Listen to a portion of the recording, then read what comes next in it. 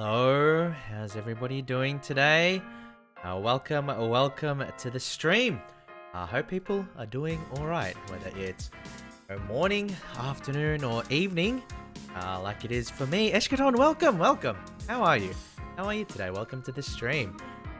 But yeah, so I've got like a regular planned stream today, and I don't think I mentioned until I made my Twitter going live post maybe 15 minutes ago. I don't think I mentioned what I was actually playing, because when I put it on the schedule, I said it would be streamer's choice, and I might do that a little bit more going forward, because there are times when I'm not 100% sure what I want to play, and so sometimes I just get like into something, and I want to show that on stream. So that's probably something that I'm gonna do a little bit more. But how are you, Eshkaton? How are you today?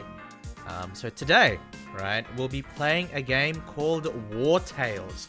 And what War Tales is, it's like a low fantasy kind of open world RPG. And the way that it looks, right, is actually quite similar to like the open world of the Mount and Blade games. So like Mount and Blade Warband, or I was about to call it Butterlord, but Mount and Blade 2, Bannerlord rather. So games like that, where it's like a sort of top-down perspective, and you're traveling as a group, as a party, as an adventuring troop. And there are actually a lot of games that have come out in over the past few years and the past few decades that sort of, pioneered this style of game. But there are not that many of this style of game that are currently out on the market outside of, like niche indies and that kind of thing. So it is good to see this sort of game, because there's other sorts of games of this vein that I have played a lot in the past. So I'm looking forward to airing them and seeing how we go. But I'll read a little bit of the blurb. And JP, welcome to the stream. How are you today? But yeah, so essentially, this is an early access game for what it's worth, guys. So it's not 100% completed yet. And the idea is that they want to get something out, something playable, and it seems relatively feature complete. I wouldn't know that. I've barely started the game. I've only put like half an hour, 1 hour, 2 hours into the game. So my knowledge of the game mechanics, my knowledge of how everything works is still very rudimentary. But it is pretty cool so far, because it mixes this idea of this open world exploration along with turn-based combat, right?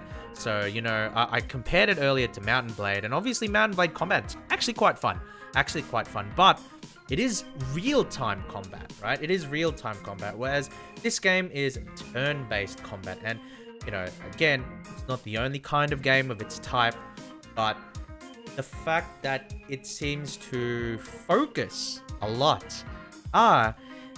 Ikumino, welcome to the stream. How are you today?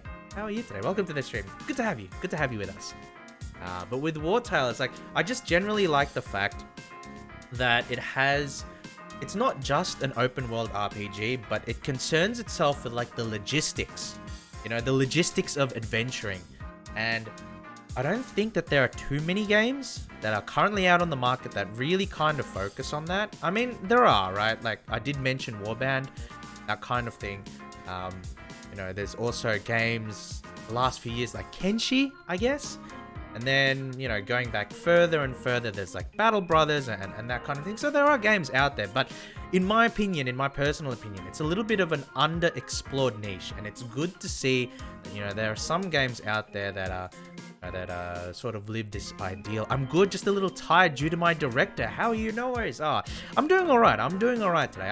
I'm also a little bit, I wouldn't say I'm under the weather, but I am a little bit mentally drained, will you say?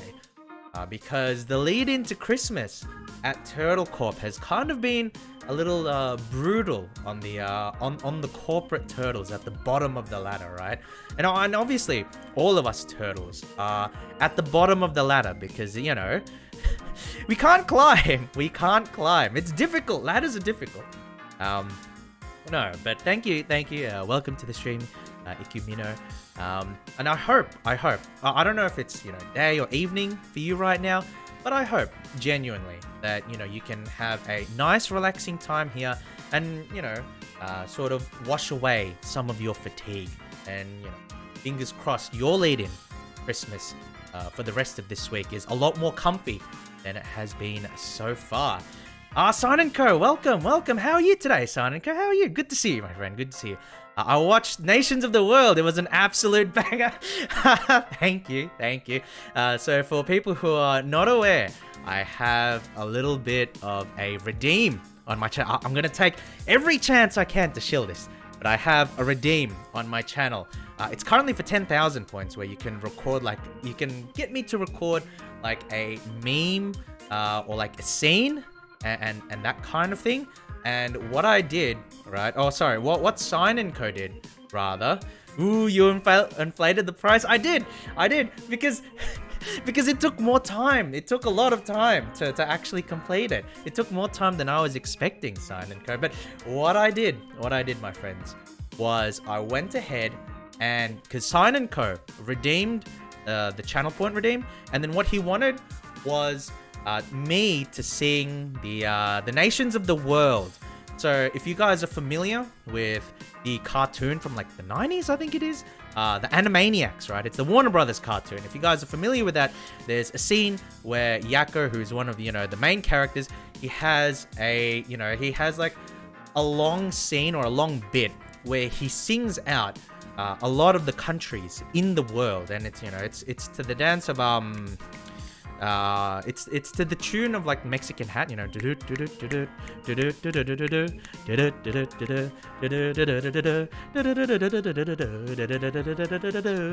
that kind of thing.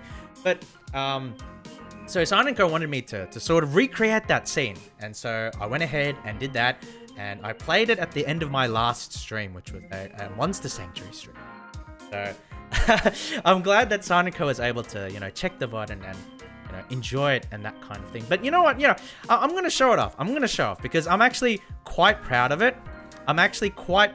So before we start with War Tales today, I'm going to show it off live on stream. What you did was wonderful, my friend. Thank you, Sign & Co. Thank you. Really appreciate that. But yeah, let's play it one more time for the new people in the chat. This is something that I like to do in general. I like to have fun, on this stream, doing like little bits or like little skits or, that kind of thing where I just do something a little bit out of the ordinary so that my stream is, a little bit different, I guess. Maybe I'm, a bit of a, special snowflake. I want my streams to be different. I want the people coming in and watching to, have a good time. And part of that is to, mess around with little bits and that kind of thing. And I enjoy the video editing process. I enjoy putting them together. So it's definitely a fun creative outlet for me. And I want to get you guys involved as well. And that's why I have the redeem. And Sign & Co was able to redeem this. You should not only keep it in past broadcasts. It's YouTube material. My friend, Sign & Co, I've got you covered. My man. I will link it after. But I actually did upload it to YouTube. But this is what I'm talking about, guys. This is... it's technically Nations of the World, but I call it Yakko's World because Yakko was the one who sung it. But here we go, my friends. Yakko's World.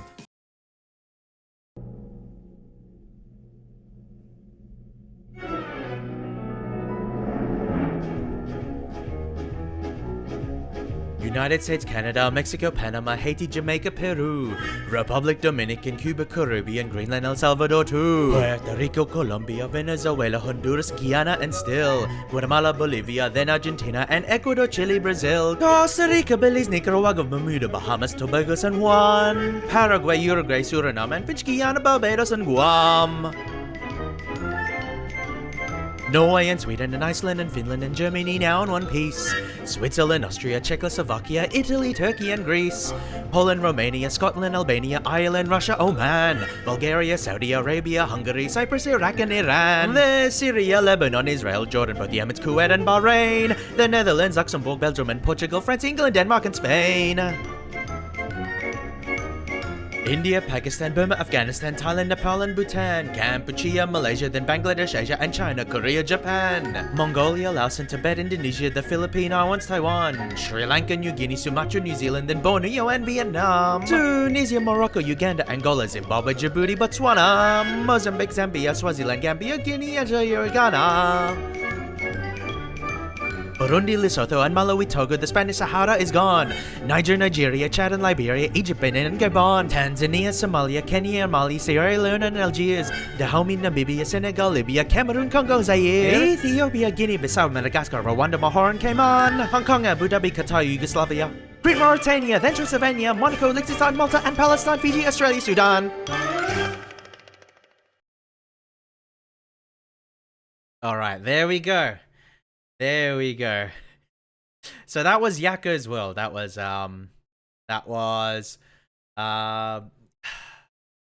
Nations of the World by Yakko in Animaniacs. And the voice actor actually, what was really impressive is that I listened to the voice actor. His name is Rob Paulson, and he's actually done quite a lot of work with regards to voice acting. So, you know, Animaniacs is not the only thing he's done. He's done a lot of other stuff, and I'm actually quite impressed. I'm very impressed because that particular take of doing Nations of the World took me a while to get, you know, to get all the pieces necessary together, and I had to splice it basically because I don't have the ability to sing it all in one take, and so I basically spliced it all together.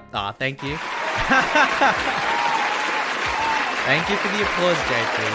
Thank you for the applause. I appreciate it. Oh my god, I need to make that less loud. But thank you for the applause, JP. I appreciate that.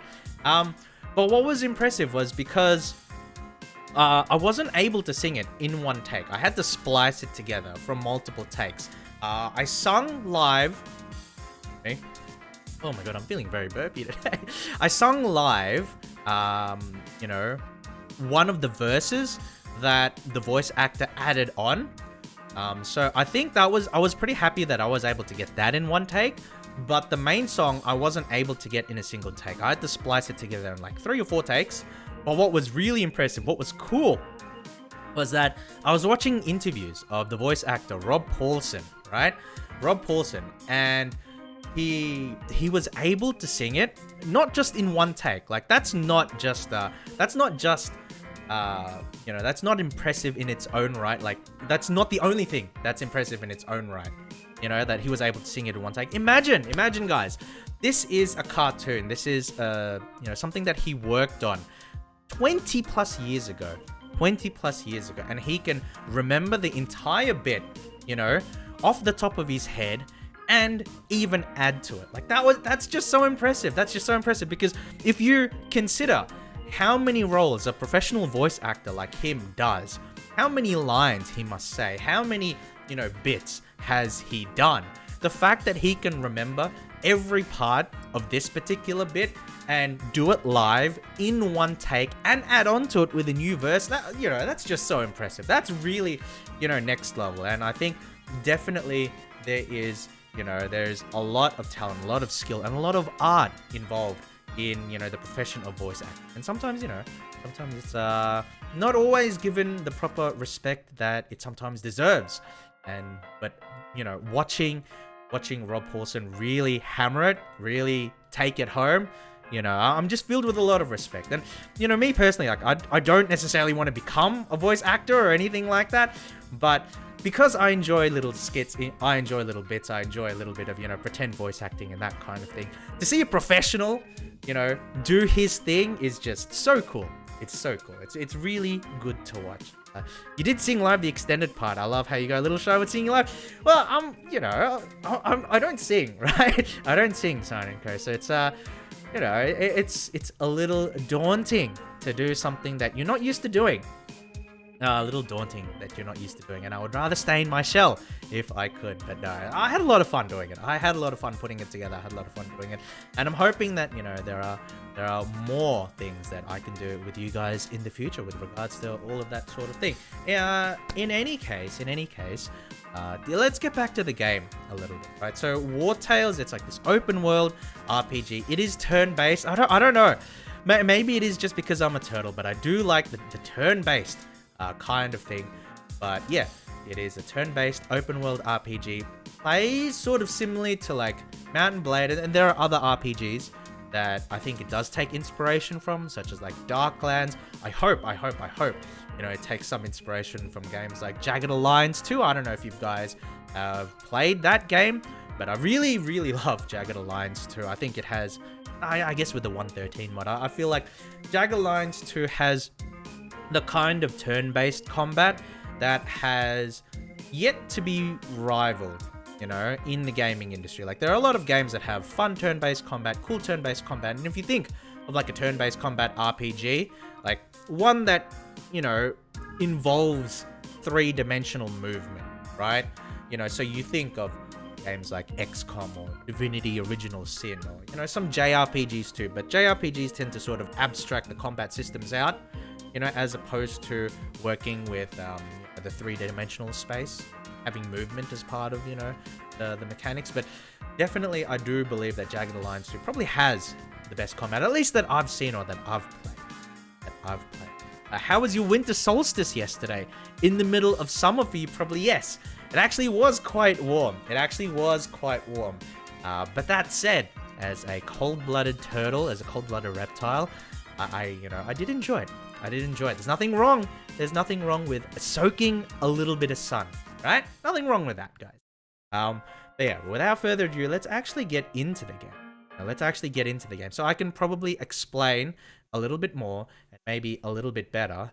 And yeah, okay. I was about to say like, why is this game not working? But yeah, let's go. Let's freaking go. So another thing that I really enjoy is turn-based RPGs, or like RPGs in general, where you can create your own party, right? And I'm hoping that when the full release comes out, you'll be able to determine your portraits and have a little bit more control over the customization. But what we have here in the time being is pretty cool, right? Because it harkens back to a lot of older style RPGs where character creation is like built into like the lore. So you create like a lore for your characters, right? And then, you have the companions and so, definitely, I don't know, because like we have a backstory, and then each of these options creates both like a positive and a negative, right? So we have here apprentice friends, and we can see that it gives us influence. So influence is, influence is a resource that we can use, but then you don't have experience because they're just apprentices. Men escorting merchants, so we start off with a lot of money, but we don't have a lot of medical goods, which can be kind of bad as well. Deserters fleeing an abusive captain, so we have more experience in this particular scenario, but you may get in trouble with the law. Young farmers looking for a better life, bandits looking to escape the guard. I think probably men escorting merchants who lost their employer seems like a pretty nice one. Like having medicine is nice, but I'd actually rather have the crowns, the gold, right? Because I know for a fact that one medicine bottle probably only costs like 40 gold. So the fact that, as long as we don't get wiped or we don't get heavily injured in the early game, this turns out to be, something good for us overall. So we're gonna be men escorting merchants who lost their employer. And so your companions are used to long walks, are cunning fighters, show incredible resilience, are excellent at slap games and that kind of thing. It resembles Suikoden 2. Okay. So that's like a JRPG. It's kind of funny. I gotta be honest, Sanitko. Outside of Pokemon and games like Final Fantasy Tactics, I guess, I have played a decent amount of Dragon Quest. But JRPGs, I was gonna say like JRPGs aren't necessarily my my niche or like my strong point. So I don't have a lot of experience. Like, I have more experience playing Western RPGs, but now that I think about it, I've probably played a decent amount of JRPG. Alright. So, something good. What does the J in JRPG mean? Japanese? Yes, yes. And then Western RPGs like W, RPG, and that kind of thing. And, like, it delineates, like the sort of where it's made, right? But more than that, it sort of delineates a style game, right? You can tell with, oh, I don't even know if you can really tell. Like, are Mario games JRPGs? Like, I would say yes. I would say yes, because when they say like a Japanese RPG, like, so Paper Mario, for example, I would say that's like a styled like a JRPG, right?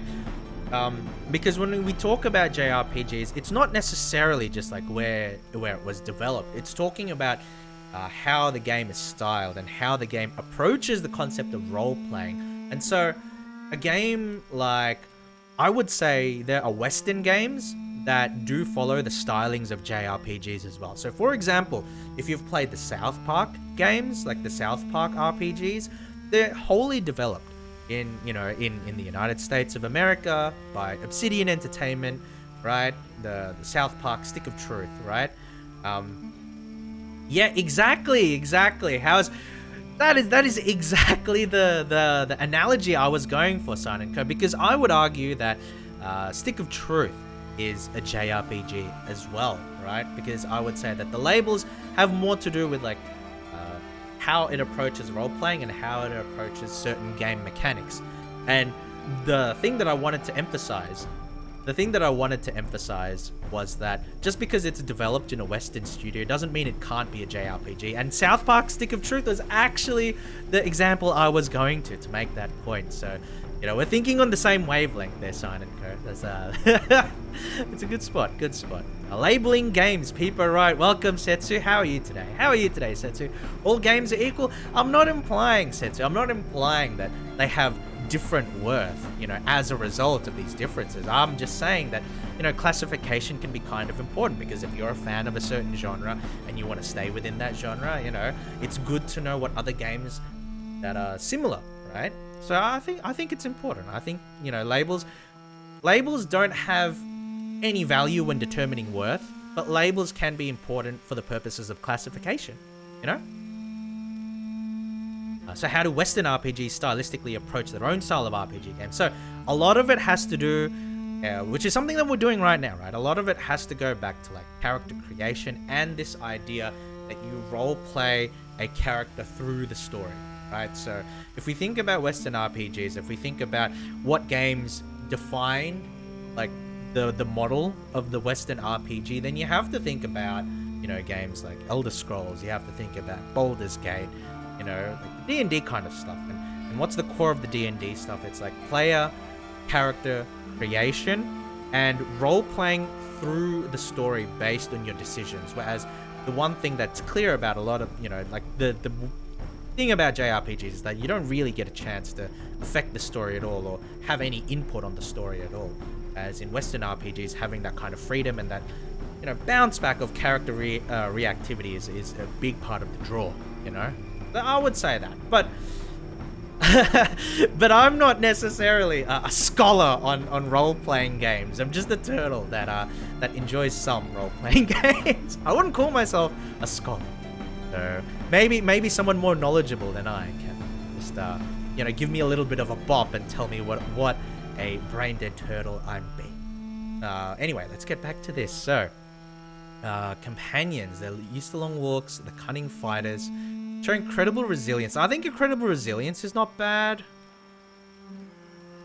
Yeah, I think incredible resilience is not bad. If they had a flaw, what would it be? Okay, so... Oh, thank you for the hydrate, Jisaku. Welcome to the stream. How are you today? Here we go. I would like, maybe it's just me being me, but I would also like to name the people, like my party after people in chat as well. So let's see what we can do here. Eternal dissatisfaction. Eternal dissatisfaction. There we go. It feels like such a vague category. I used to equate the term to turn-based combat. No, I would definitely not equate it to turn-based combat, Snide & Co. There are definitely a lot of RPGs out there that do not have turn-based combat. Used to be games that are heavily story-driven, whereas Western RPG was more open-ended with self-inserting ideas. I think the idea of a self-insert probably touches on like a vein of truth, Setsu, because it's this idea that you as the player get to impact the story in some kind of meaningful way, right? You get to impact the world around you in a meaningful way, in a way where you choose the direction. And that's something that you don't get with JRPG, because you never choose the direction of the way the story goes. Whereas with Western RPGs, that's a big focus, right? But like, you know, there are a lot of ways in which the classification is not rock solid. It's more of like a basic guideline. Especially nowadays when there's a lot of like, you know, there's a lot of cultural overlap between like the Western style and the Eastern style. So it's really just a guideline to think about it. It's not like a hard classification. All right, so eternal dissatisfaction.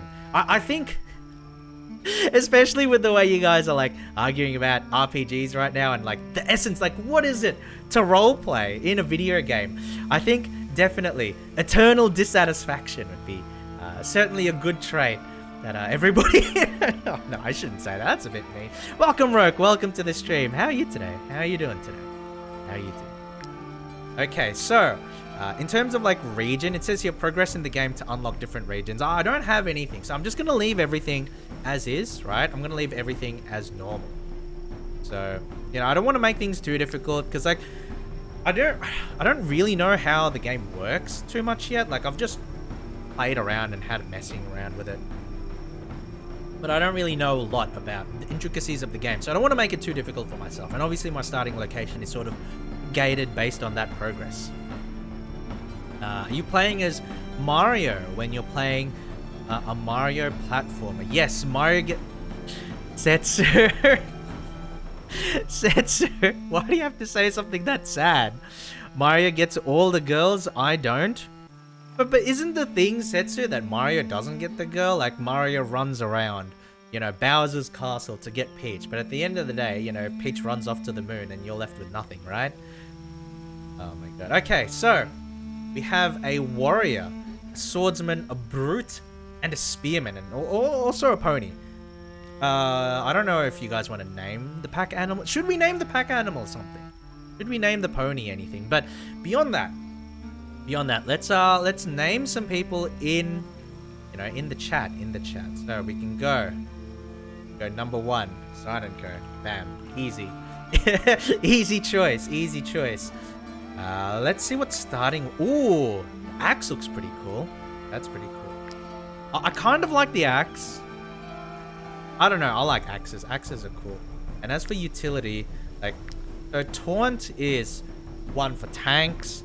Wrath is, you know, a damage dealing one, and then you have first aid, which is a defensive one. I think having like tanks is pretty useful in itself.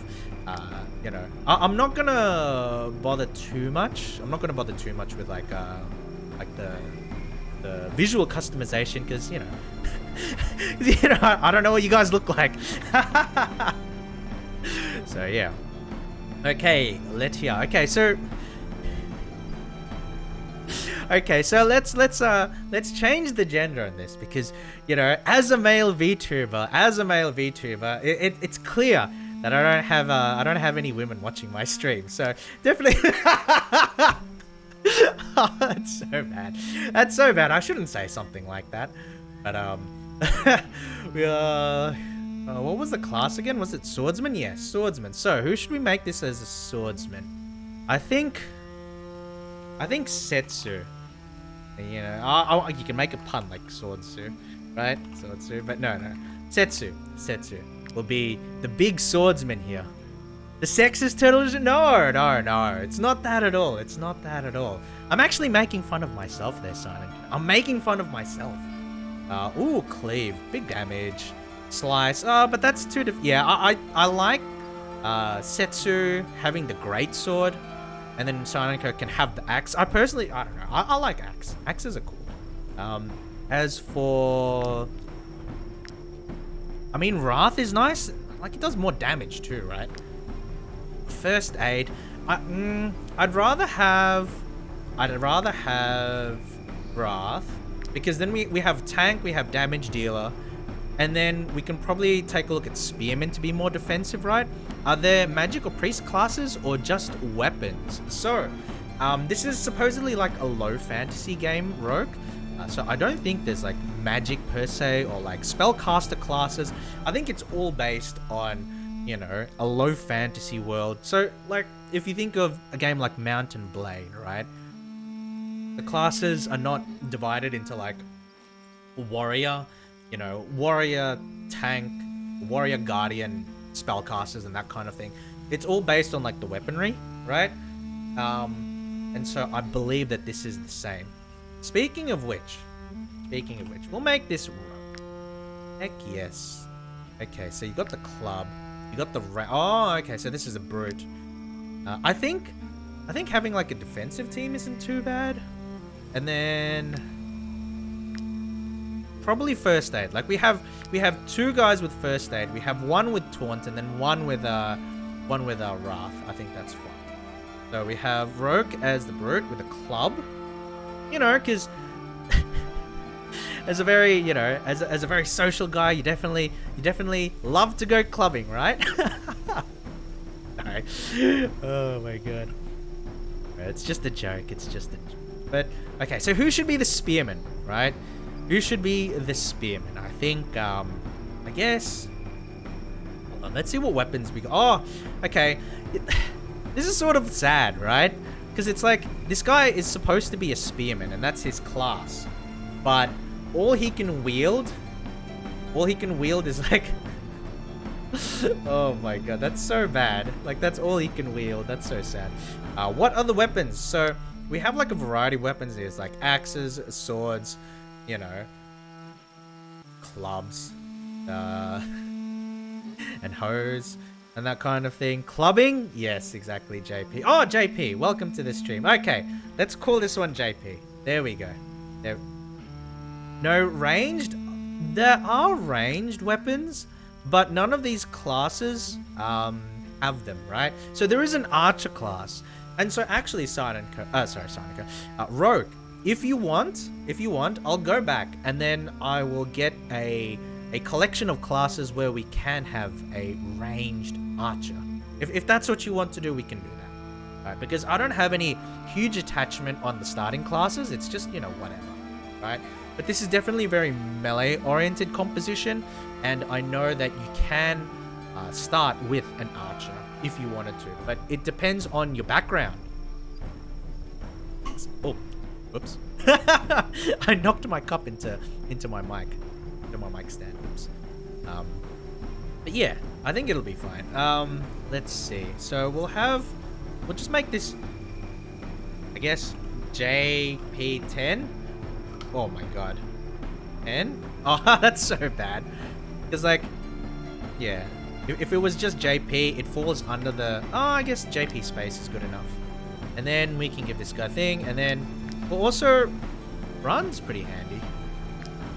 We'll give him first aid. I think having 2 guys with first aid's not even that useful. It's only 10%.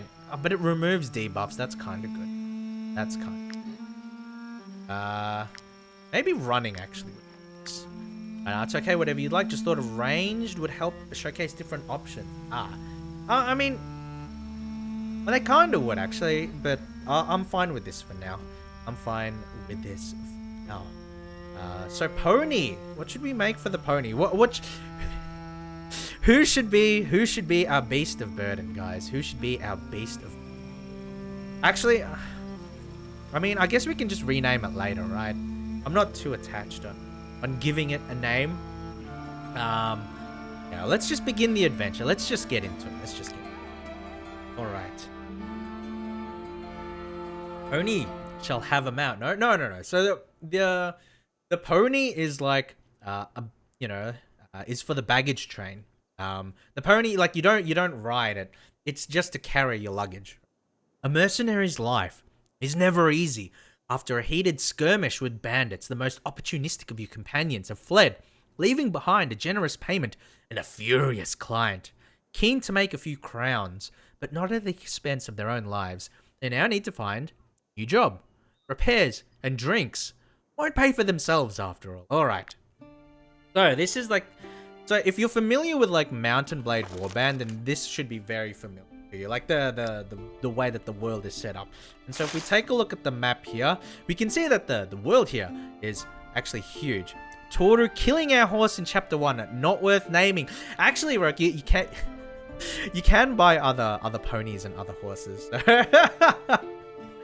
So if it happens, you know, if it happens, it happens. I'm gonna try and, you know, not let it die. Now, if it does, well, we can just continue, right? We can just continue.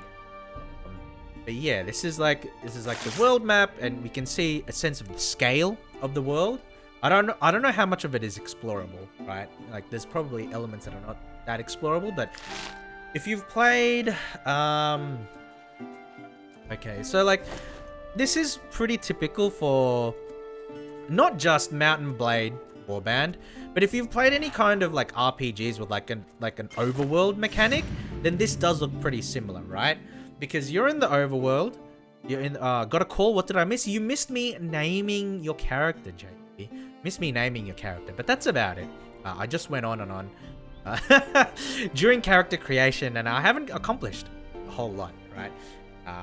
But you know, if you've played any kind of RPG, the idea of running around in an overworld should not be that surprising. So we have an encounter because we had bandits come after us. So a hoodlum and a poacher.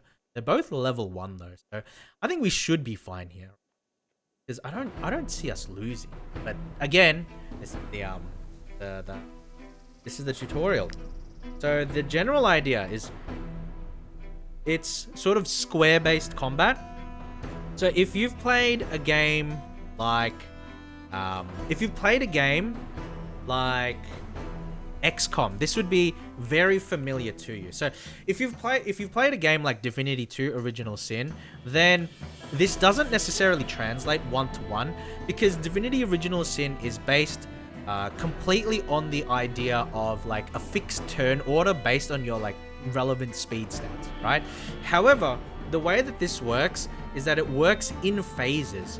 So you have access to like, you know, all your characters in a particular turn, and they can do one thing over the course of the turn. But interspersed into that turn, we see that we have hoodlums. So we can see there 1, 2, and then the enemy, 1, 2, and then the enemy. So that means that we can undertake turns for 2 of these characters, and then the enemy will get a turn, and then another 2 characters, the enemy will get a turn, and then it'll be the end of the round, and then we can, you know, continue on from there. So what's this? Poacher like is an archer. So I do think that like just closing the gaps and then forcing an engagement is ideal here, right? So we can go ahead and we can just, you know, close gaps. Like, we don't need to do anything with these 2 yet, because if we get into melee range and engage our enemies, then, you know, it'll hurt a lot for them to try and disengage from the battle. We can taunt, but I don't want to use one of my action points. Again, if you've played XCOM, this is probably pretty equivalent. So, like, you know, you can get a good grasp of what it's supposed to be. So, and that's just a big cleave, but it does mean that we're engaged in melee combat with these 2, which means it's going to be difficult for them to, you know, do some cool stuff, because obviously the archer wants to be at range, and this hoodlum wants to outflank to do like critical damage and stuff. See? But if you're doing straight up damage, then they're sort of neutered. Unfortunately, like, we got a poison, but that's not too. So JP, you are the spearman, right? You are the spearman, and well, yeah. Like, I guess we can go to the poacher. Well, yeah, we'll go to the poacher, and then you can just impale it, right? Like, it's not a lot of damage, but it's just the fact that it's surrounded. It makes it really difficult for it to move. And here, unfortunately, I don't think we have the reach, right?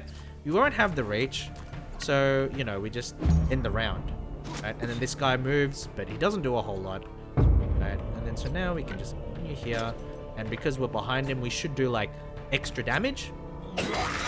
6 instead of 4, which is nice. And then And we just slash. And Poacher will take its turn, but it will just do another melee onto Setsu, so we should... Because, like, if it tries to disengage, it, you know, gets really fucked over because we get the attacks of opportunity, right? And we get 2 more shots here for the turn, so we can go cleave. Pop. Does a lot of damage. End the turn, and then we can do this. Like, it's not going to KO, but, like, hitting it from behind is still good, you know? You still get that damage bonus. Unfortunately, Silent-Co's got 2 stacks of poison, which is, you know, a little unfortunate at this point. But it's not too bad. Because that's a big KO. Setsu can go ahead and move. Rip, it hurts? Yes, it does hurt. Now we got the surrounded buff, which is nice.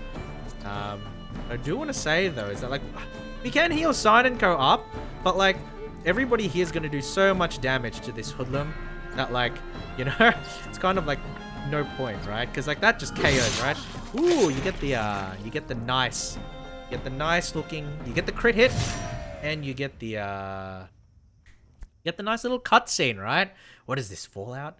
All right, so, ooh, we got a dagger, which is handy. So we'll just loot the dagger and the wheat, and then now we can just repair some of our equipment, is what we do there. So very nice. So we're able to repair our equipment because, you know, the armor got a little bit damaged and that kind of thing.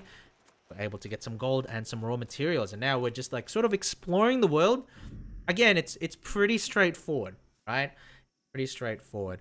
But this is like the stables in the area here, and we have NPCs that we can talk to. Again, if you've played Mountain Blade Warband, then, you know, you'll find this very familiar. But the game I actually want to draw the biggest parallel to this is a game called Darklands. And Darklands is a game that came out in, like, 1993, so a very, very long time ago. It's a super old game, but it is an open world RPG that, in my opinion, is...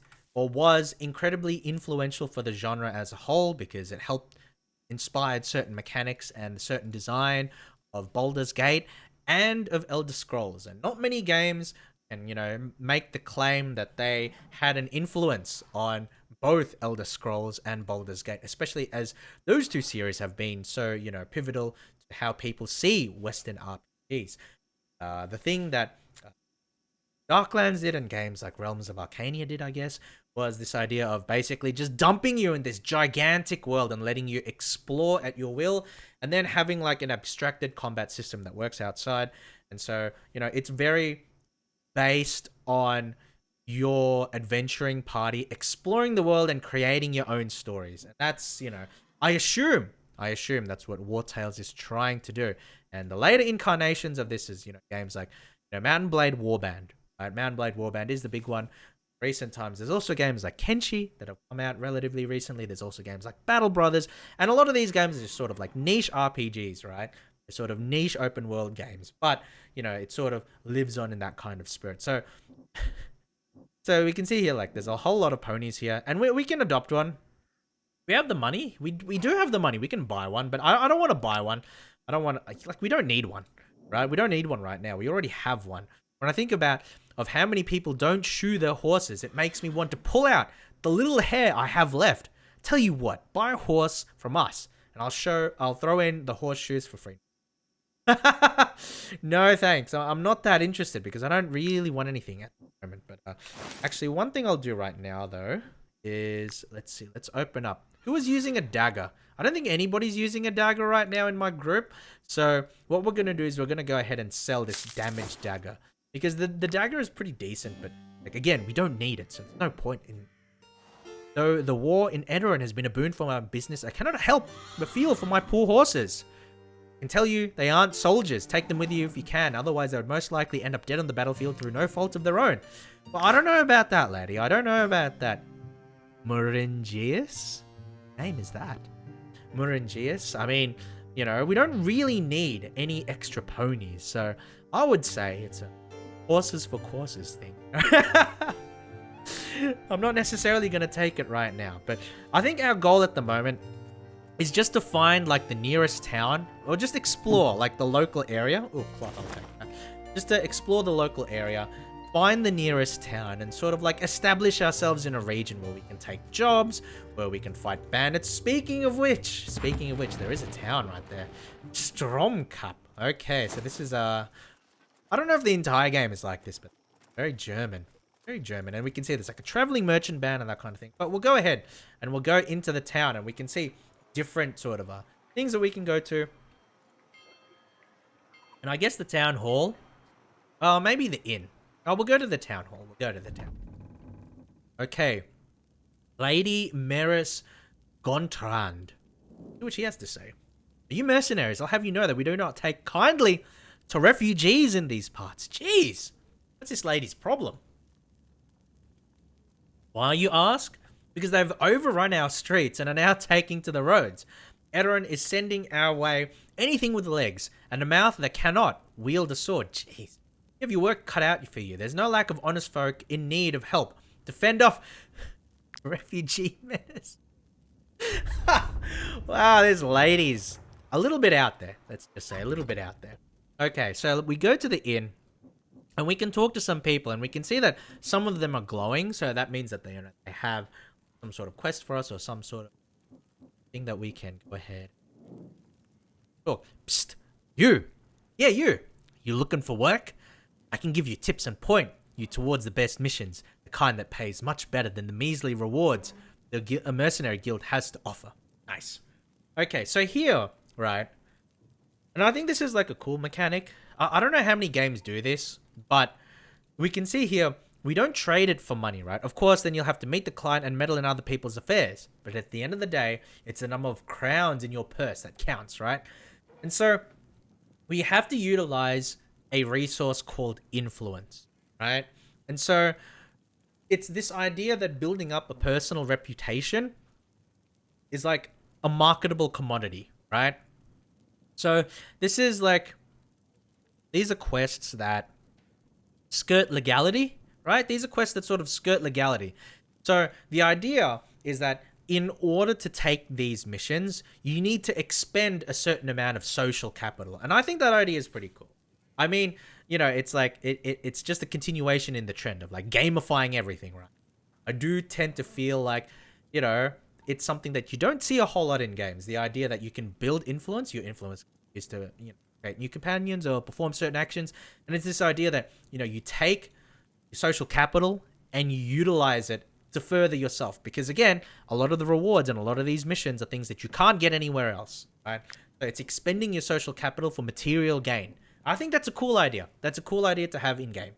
But we'll talk to Emissary Silea because I think this is like the mercenary guild quest. It's like the legitimate quest, you know? Might you be looking for work?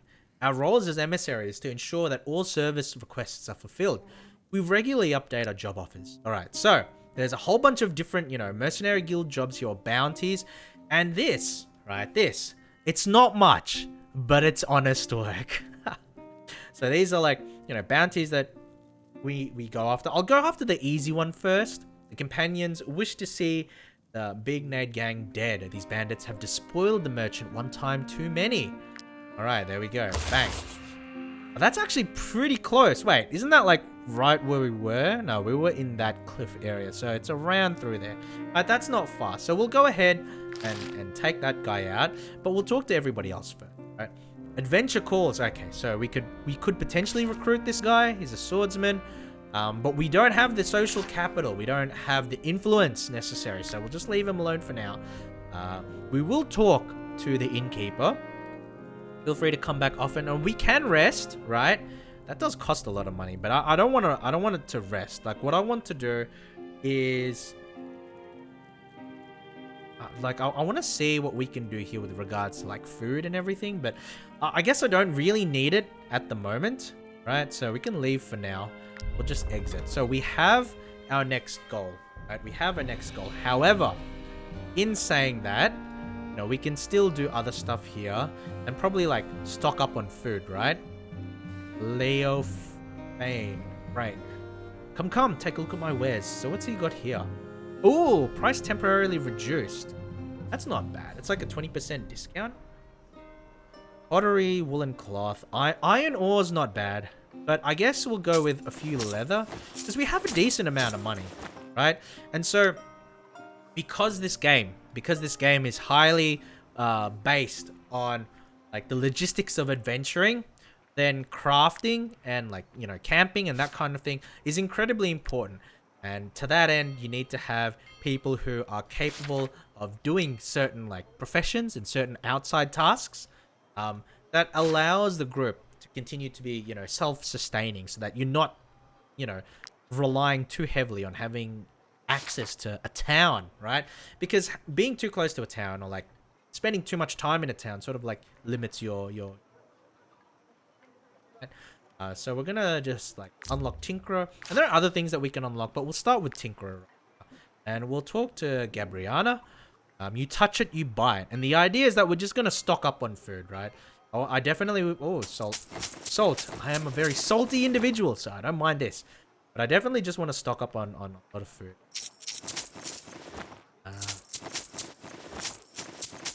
There we go. So like, you know, we've got a lot less money, I guess. But it does help, right? Because we do consume food over the course of the journey. And so having more food is definitely a good thing. And we can see here, this has to do with fatigue. So this bar has to do with fatigue. And once that bar is exhausted, then it's ideal that we go ahead and rest and camp up. So I will show you guys the camp menu once we get there. But for the time being, we can go ahead and just depart from the town. We can see there are a couple of like, you know, traveling merchants, and we can go talk to them. Okay, maybe not. Maybe we don't talk to them because they're a bunch of assholes. That's a watering spot. I'm not really that interested there. Remember, we've taken a bounty, and we're going for this first, right? We're going for the bounty first, and it's just gonna take us back to where we were before. And I know that the traveling speed of the game looks a little bit slow, right? It's like, oh, this is taking forever to get to your destination, but that's the point, right? That's the point. The whole point of the game is to like make you think that, you know, you're managing and playing as an adventuring party. So it's not just about zipping around the map as fast as possible. It's also about considering, you know, what kind of food do you have? What kind of goods do you have? You know, how do you survive? And that kind of thing. Stop right there. Salt mine belongs to Her Ladyship Gontran. Can't just let you walk in. I don't want to pay. I'll just expend my influence, because I have enough influence, and it's fine to come in, right? As you wish. We can't mine the salt because of these two iron veins anyway. I really don't understand why you were so keen to go in there. Do you know what's cool? Yeah, I was about to say, what's cool is that we've unlocked the new profession, miner, so we can actually, you know, we can take care of their problem and allow them to get to the salt, which obviously makes them quite happy, you know. Obviously makes them quite happy. So who should be the miner in this little group? I think we'll just make it JP.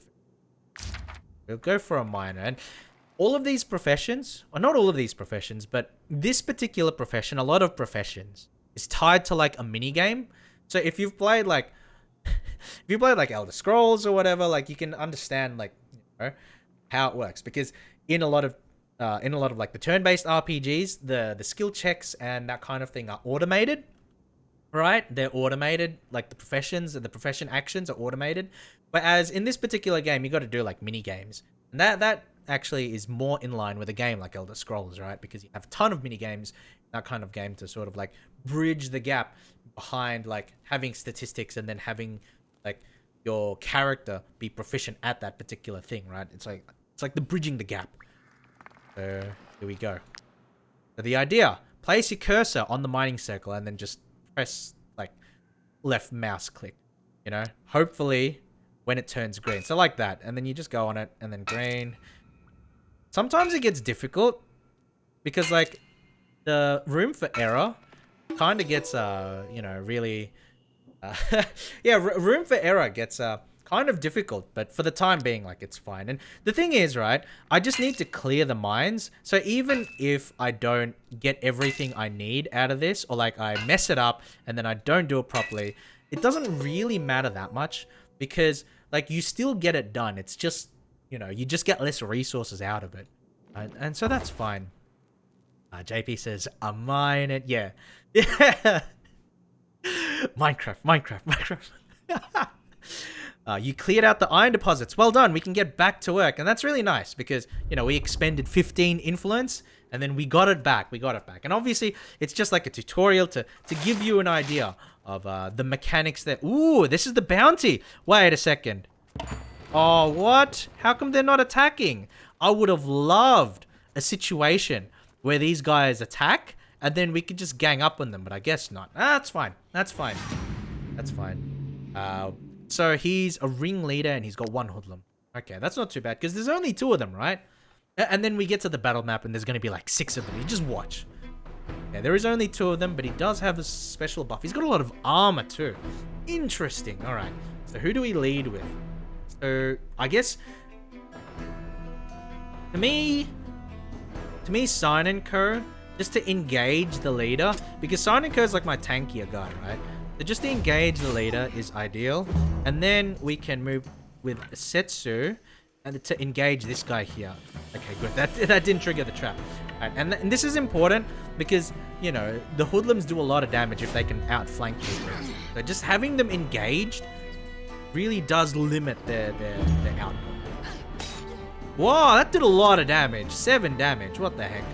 Alright, that's fine. Wait. Didn't mean to do that. I guess... well, I guess we can go here and then we can do like double damage or whatever it's called. Right? Oh, that did a lot of damage. Yeah, I like that. That was a good move. And then we can move him a little bit just to open the path for Rogue to come, right? Because we want to re-engage him to make sure that he's not able to, you know, engage at will. So we can just go back. Very nice. He's gonna...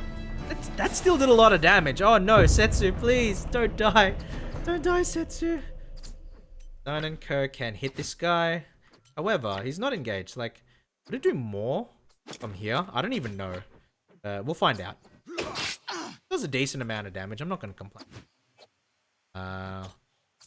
Torn. I don't really like Torn. What we can do is we can get JP and move him to like where the hoodlum is, right?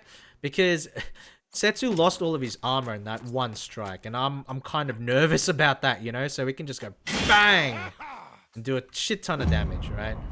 And this guy. Okay, that's concerning. That was pretty intense. But I mean, he doesn't have enough HP to really worry me at the moment, right? Like, it's gonna be annoying because I'm gonna lose medicine. But I guess I can just go back to town and rest up. I can go back to town. You know what? We can actually KO him. We can use an action point, like a special action point, and then we can just KO him with this. Bang! And then we should get like a party-wide buff, which is cool. Right? And then I get, yeah, we just move him there. In anticipation for next turn, right? Pound. Ooh, good damage. And then next turn, which means Sign and Co just can come in from the back and then get the KO. So there we go. Bounty done. Now, we lost a little bit of health. We lost some armor. Your group is overtired. Your companions might die of exhaustion. If you keep walking, you really should rest. Okay, so we'll loot all. Human remains. Can we do this now? We can. Okay. So, guys, I have a question that I hope you can answer, right? I have a question I hope you can answer. Should we or should we not become cannibals? Okay? Because this is going to be important for probably the playthrough, I think. Because what happens is that when you kill enemies, obviously you have their corpses, right? Normally, you can't do anything with their corpses. However, you know, this is like... Okay, so... let's take a step back and explain what all of this means, right? So, there is something called knowledge. And this is kind of like...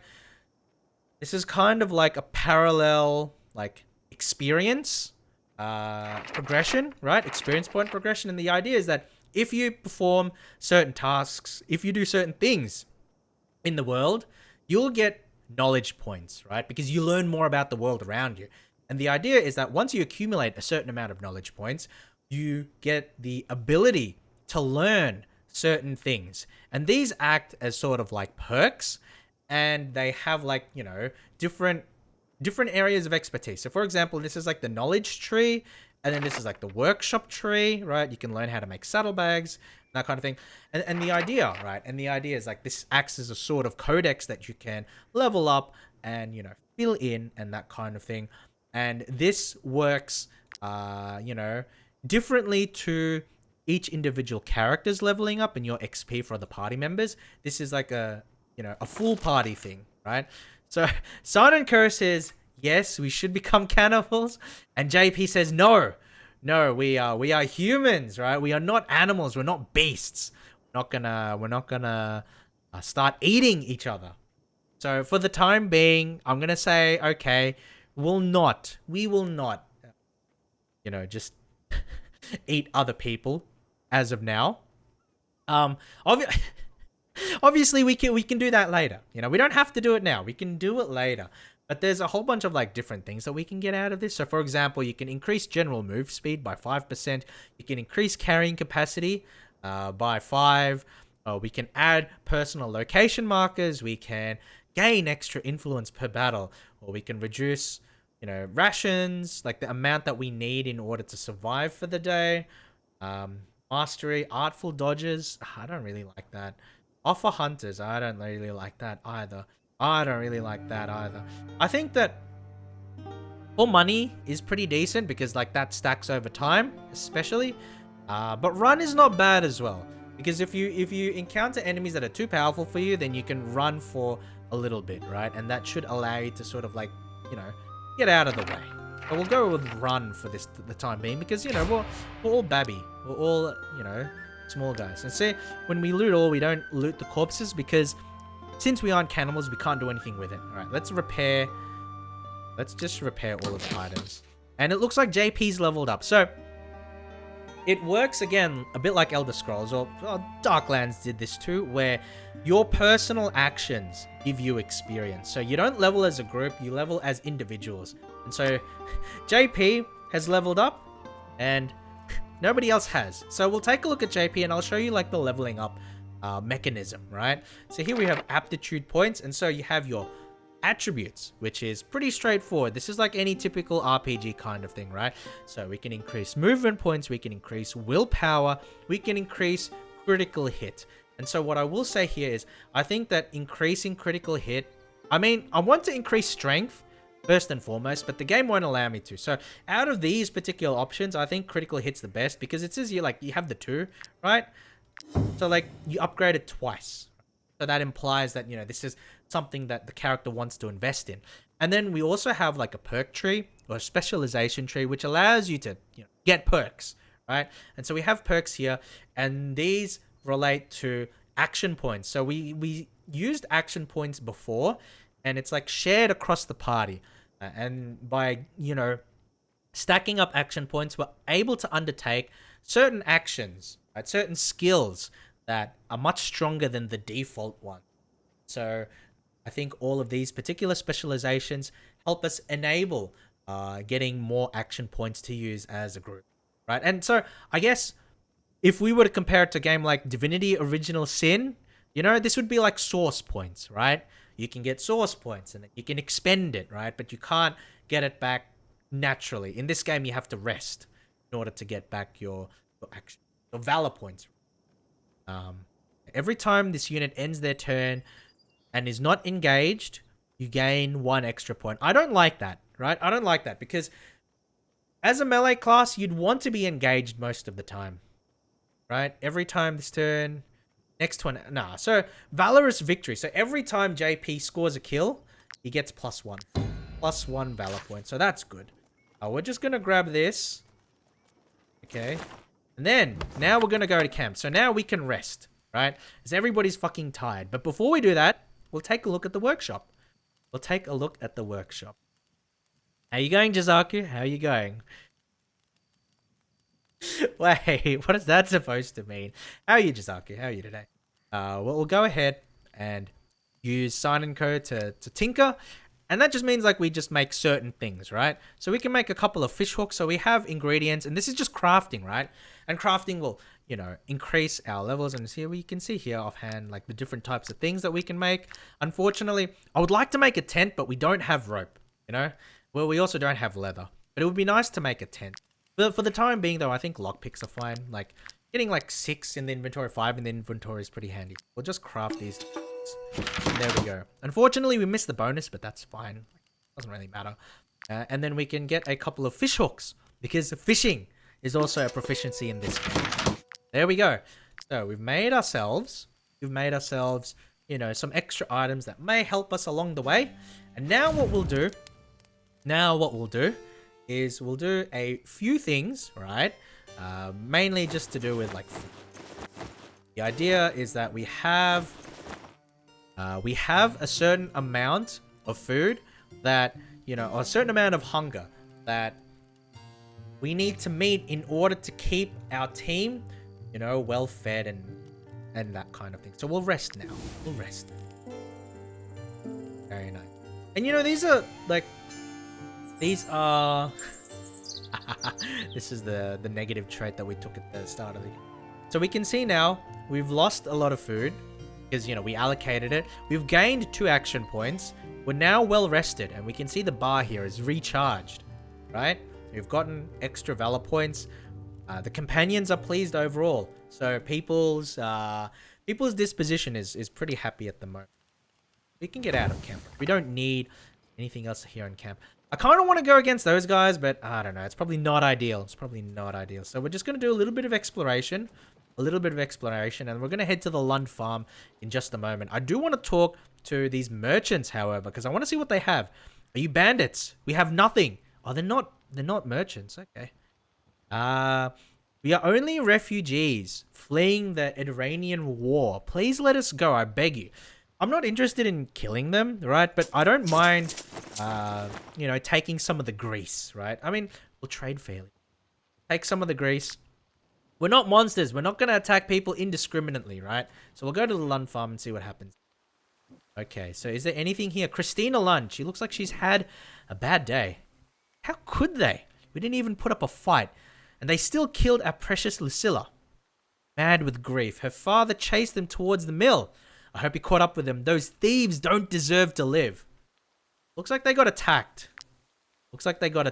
And someone did not have a good day. Ooh. Yeah, we've got a lot of food. I'm not gonna steal this lady's porridge. She's like lost her family members, right? But what we will try is this lockpick. Because now we unlock a new profession, thief, and we'll just give it to Setsu. Right. Just give it to Setsu. Not implying anything, Setsu. Not implying anything. But there is a mini game here, and it works similar to like the Elder Scrolls mini game. So if you've like played Skyrim or Oblivion, this should be pretty familiar. However, this is very, you know, it's like it's a lot more difficult, right? It's a lot more difficult. I'm not going to steal this lady's food. I'll just steal her valuable possessions instead. Jizaku, if you take a look at this place, there's nothing valuable here, right?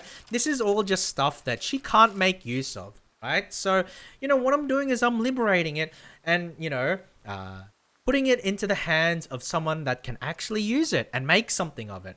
You know, we're not going to starve her out. We're not going to deprive her of her essentials, but, you know, this is obviously non-essential because she clearly is not going anywhere. So, you know, what's the use of this, right? There we go. So we unlocked one.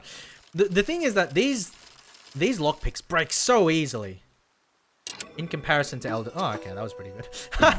these. Really? Can you guys see this? Can you guys see this? This is like the oh, what's the name of it? I can't remember the name of it, but it's like the photo that was not the photo, the work of art that was defaced by like that old lady in Spain or whatever, right? I can't remember what it's called, but you guys know what I'm talking about, right? That's what this is, right? Adobe. Simply looking at this terrible portrait will make your eyes water. Right. They won't employ me in the UN Refugee Agency if I watch a streamer killing refugees indiscriminately. Well, I'm glad, Sanko, that I haven't jeopardized your future career. Okay, I don't want to take that. That has like sentimental value. It has like sentimental value. Must be cooked before eating. I kind of want to take the coins though. She's not needing it, you know. I'll be nice and I'll take care of the thieves that took everything. It's a drawing of the mother from the dead child. Sasuga. No.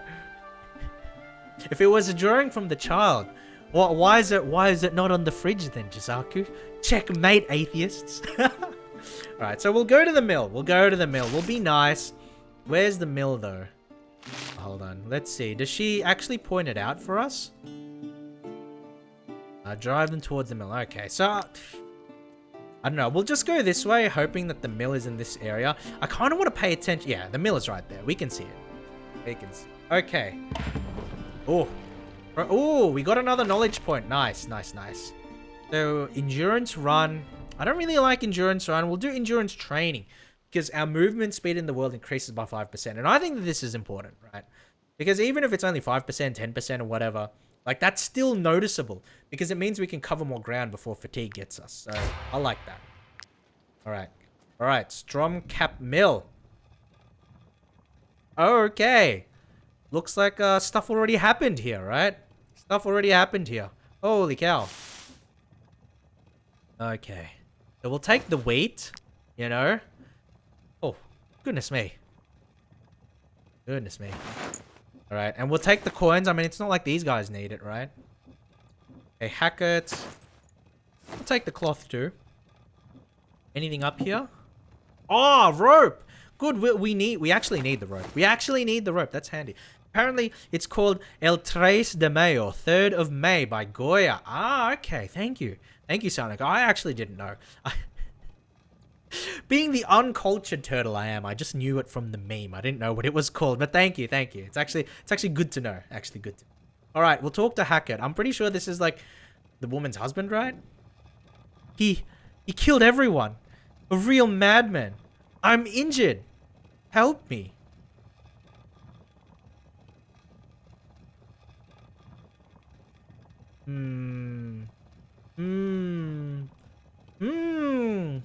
Wait.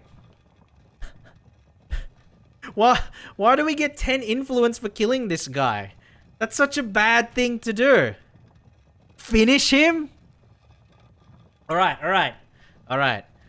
That's the thief. Oh, okay. If that's the case, then, you know, we'll get rid of him, right? We'll get rid of him because at the end of the day, right, we're just paying like for like. He's talking about the husband, father that went nuts. All right, he killed everyone, the madman. Yeah, okay. No, if that's the case, then we finish him off, right? Because at the end of the day, I don't know where I'm going with this. I was trying to set up for a pun and I had no idea what to say. So let's just finish him off.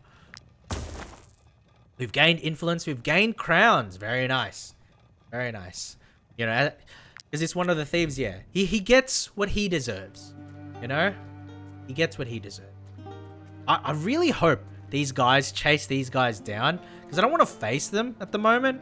But like, there's a lot of juicy XP involved. So we'll talk to the wife, see if she says anything. How could they? Okay. That's fine. So she doesn't have anything new to say, which is a little unfortunate. But, you know, it's alright. So I want to explore. No, I'm gonna actually. We're gonna go back. Oh no, we're gonna attack these guys. I'm gonna be suicidal and have an early game wipe, and we're gonna attack these guys. Okay, let's go.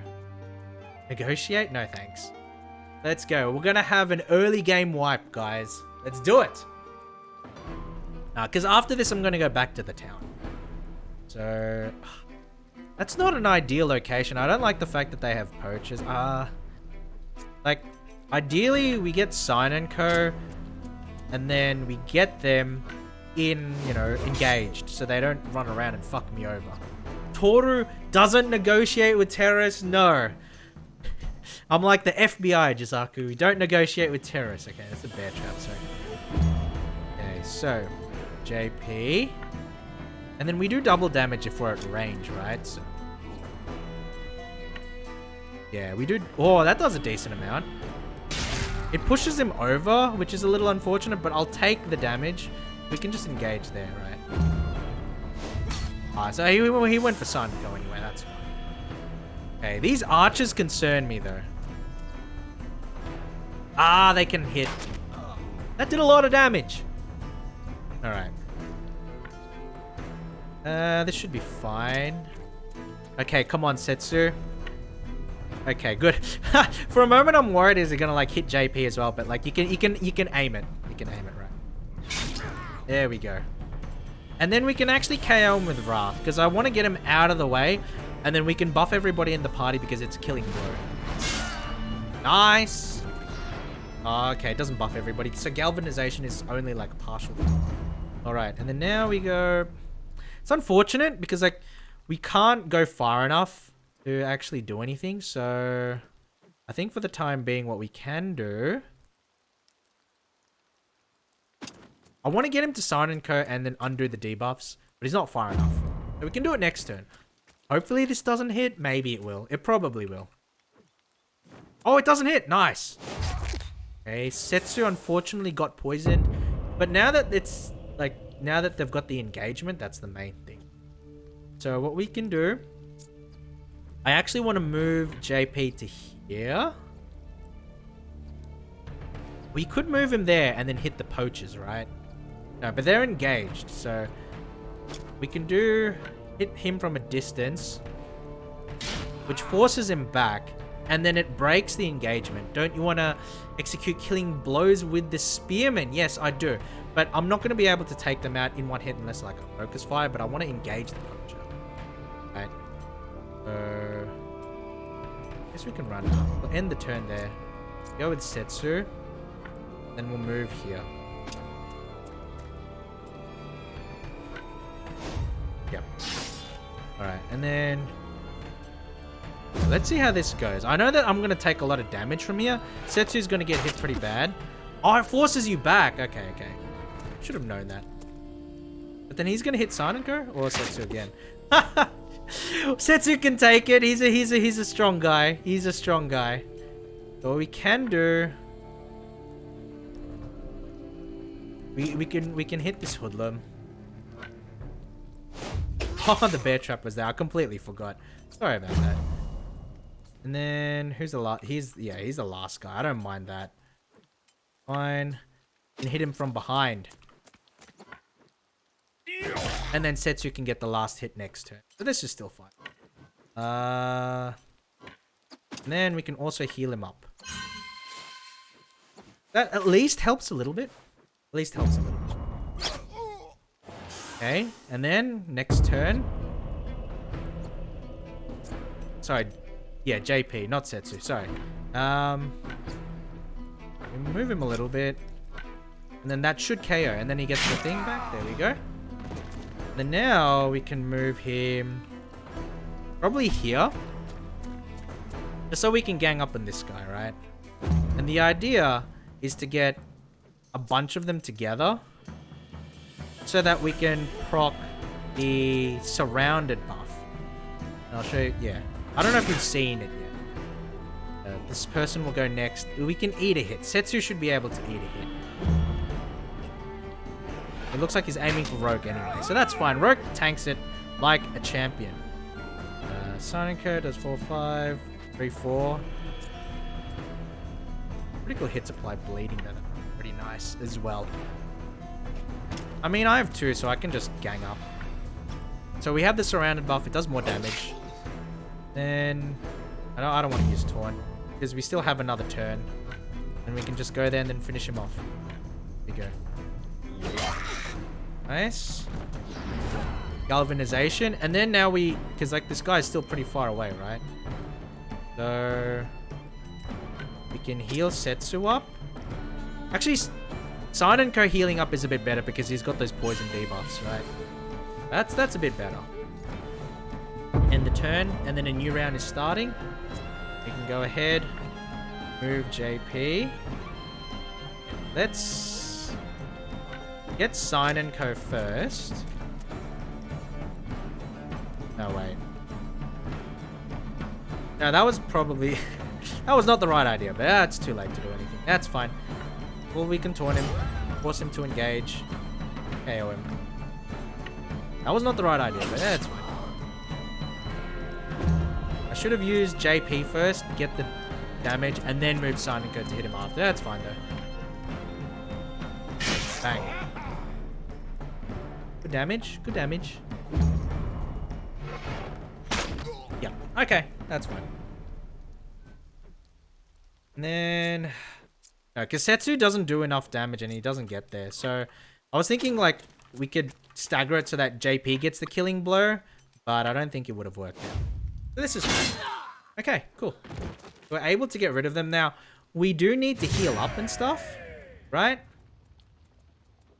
We do need to heal up and stuff, but we got some good loot out of it. And, more importantly, we got 2 level ups out of it. Rogue and Setsu leveled up, which is very, very nice. And so, I'll just go ahead and level them up now. I like Constitution for Setsu because he's going to be taking a lot of hits. And then for specialization here, this is all pretty good. Destabilization. Guard reduced to 0. That's really nice. Laceration looks so cool, but using up 2 action points at this stage in the game is not really that useful. So I think destabilizing strike is probably ideal. Then we can go to Rogue. We can level him up. And then I also think Constitution. You know, it's like at some point I'll level up other shit, but I like Constitution. Disengages and charges in a straight line. Applies slowdown. It's pretty handy. A Destroyer is pretty good. Like, the weakening debuff is very useful. I'll go with that. There we go. So we've got levels. Now, it's time for us to head back to town. Because we do have a bounty that we can cash in. And also, when we're in town, we can get ourselves a little bit more extra equipment, right? We can buy certain things and, you know, generally get ourselves to a nicer position, generally speaking. We've got 253 gold. We should be getting 95. Oh, these guys are coming at me. Where's them refugees? We'll toss them out ourselves. We'll toss them all out. Yeah, I've been drinking. We all have. How'd you know? You see us or something? Pfft, never mind. You got refugees to clear out of Tiltrin. You know, 5 leather. I don't really want to attack these guys. These guys are like soldiers. I want to get out of here. I'm not a refugee. You know? Wait, huh? Yeah, leave me alone. I'm not the refugees you're looking for, guys. Please. Please understand. I am but a humble adventuring troop. Right, we're nearly on the way back to the city. Like, okay, we're not nearly there. We're kind of far away. Right. But what we can do once we get to the city...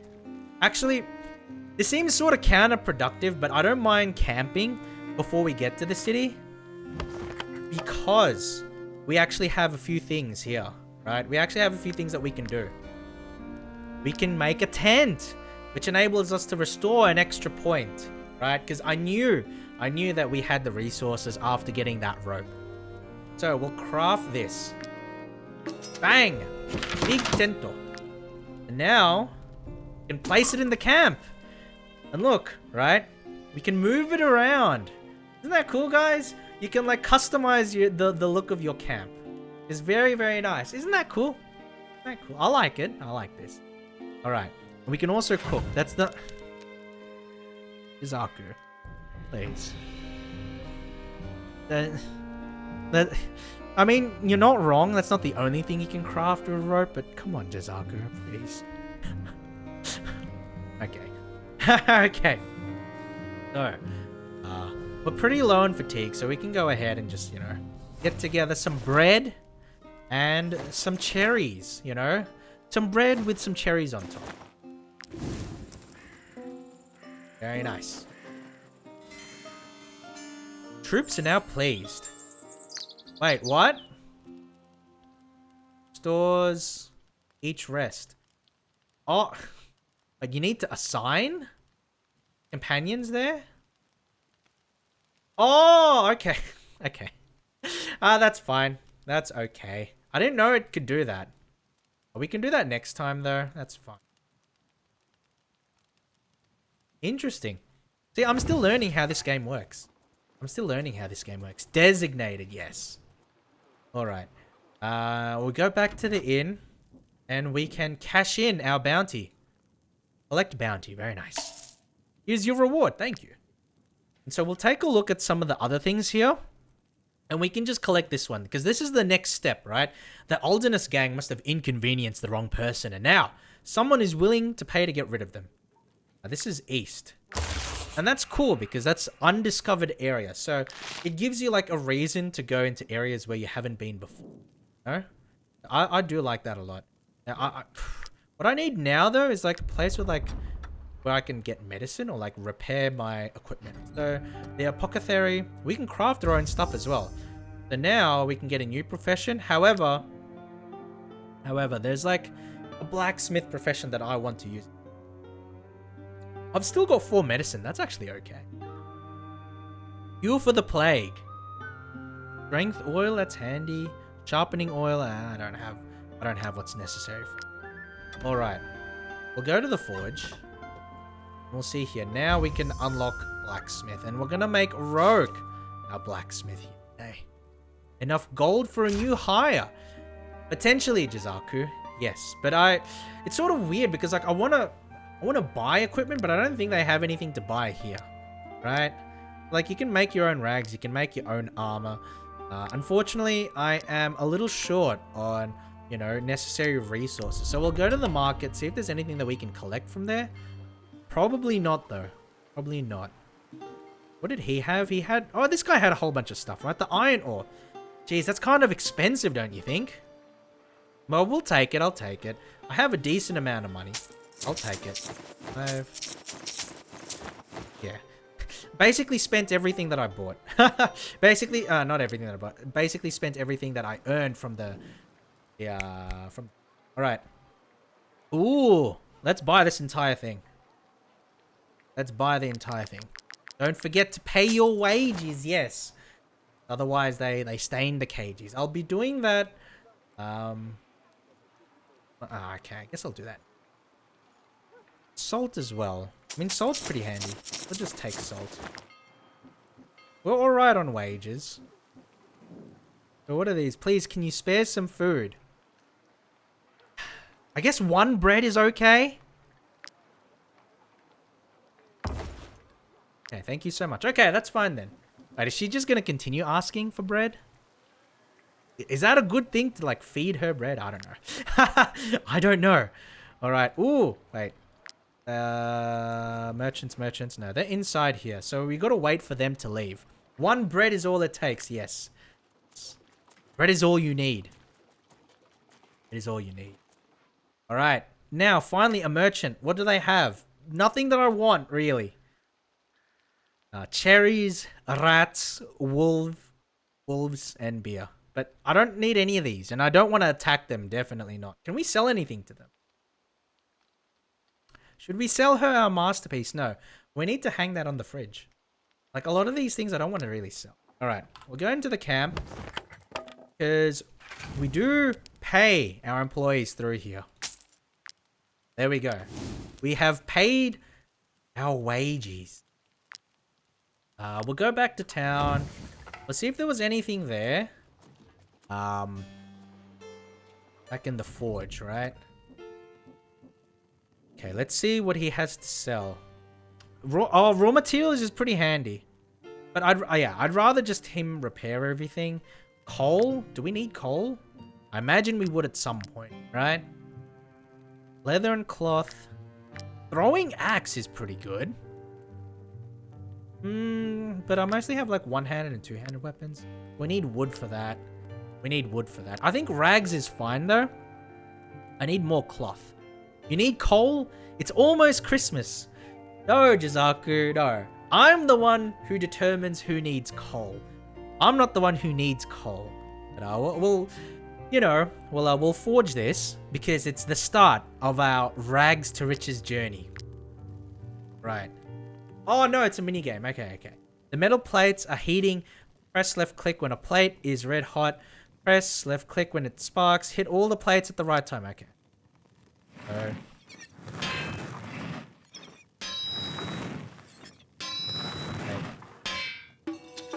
Okay, that's not ideal, but it's good enough.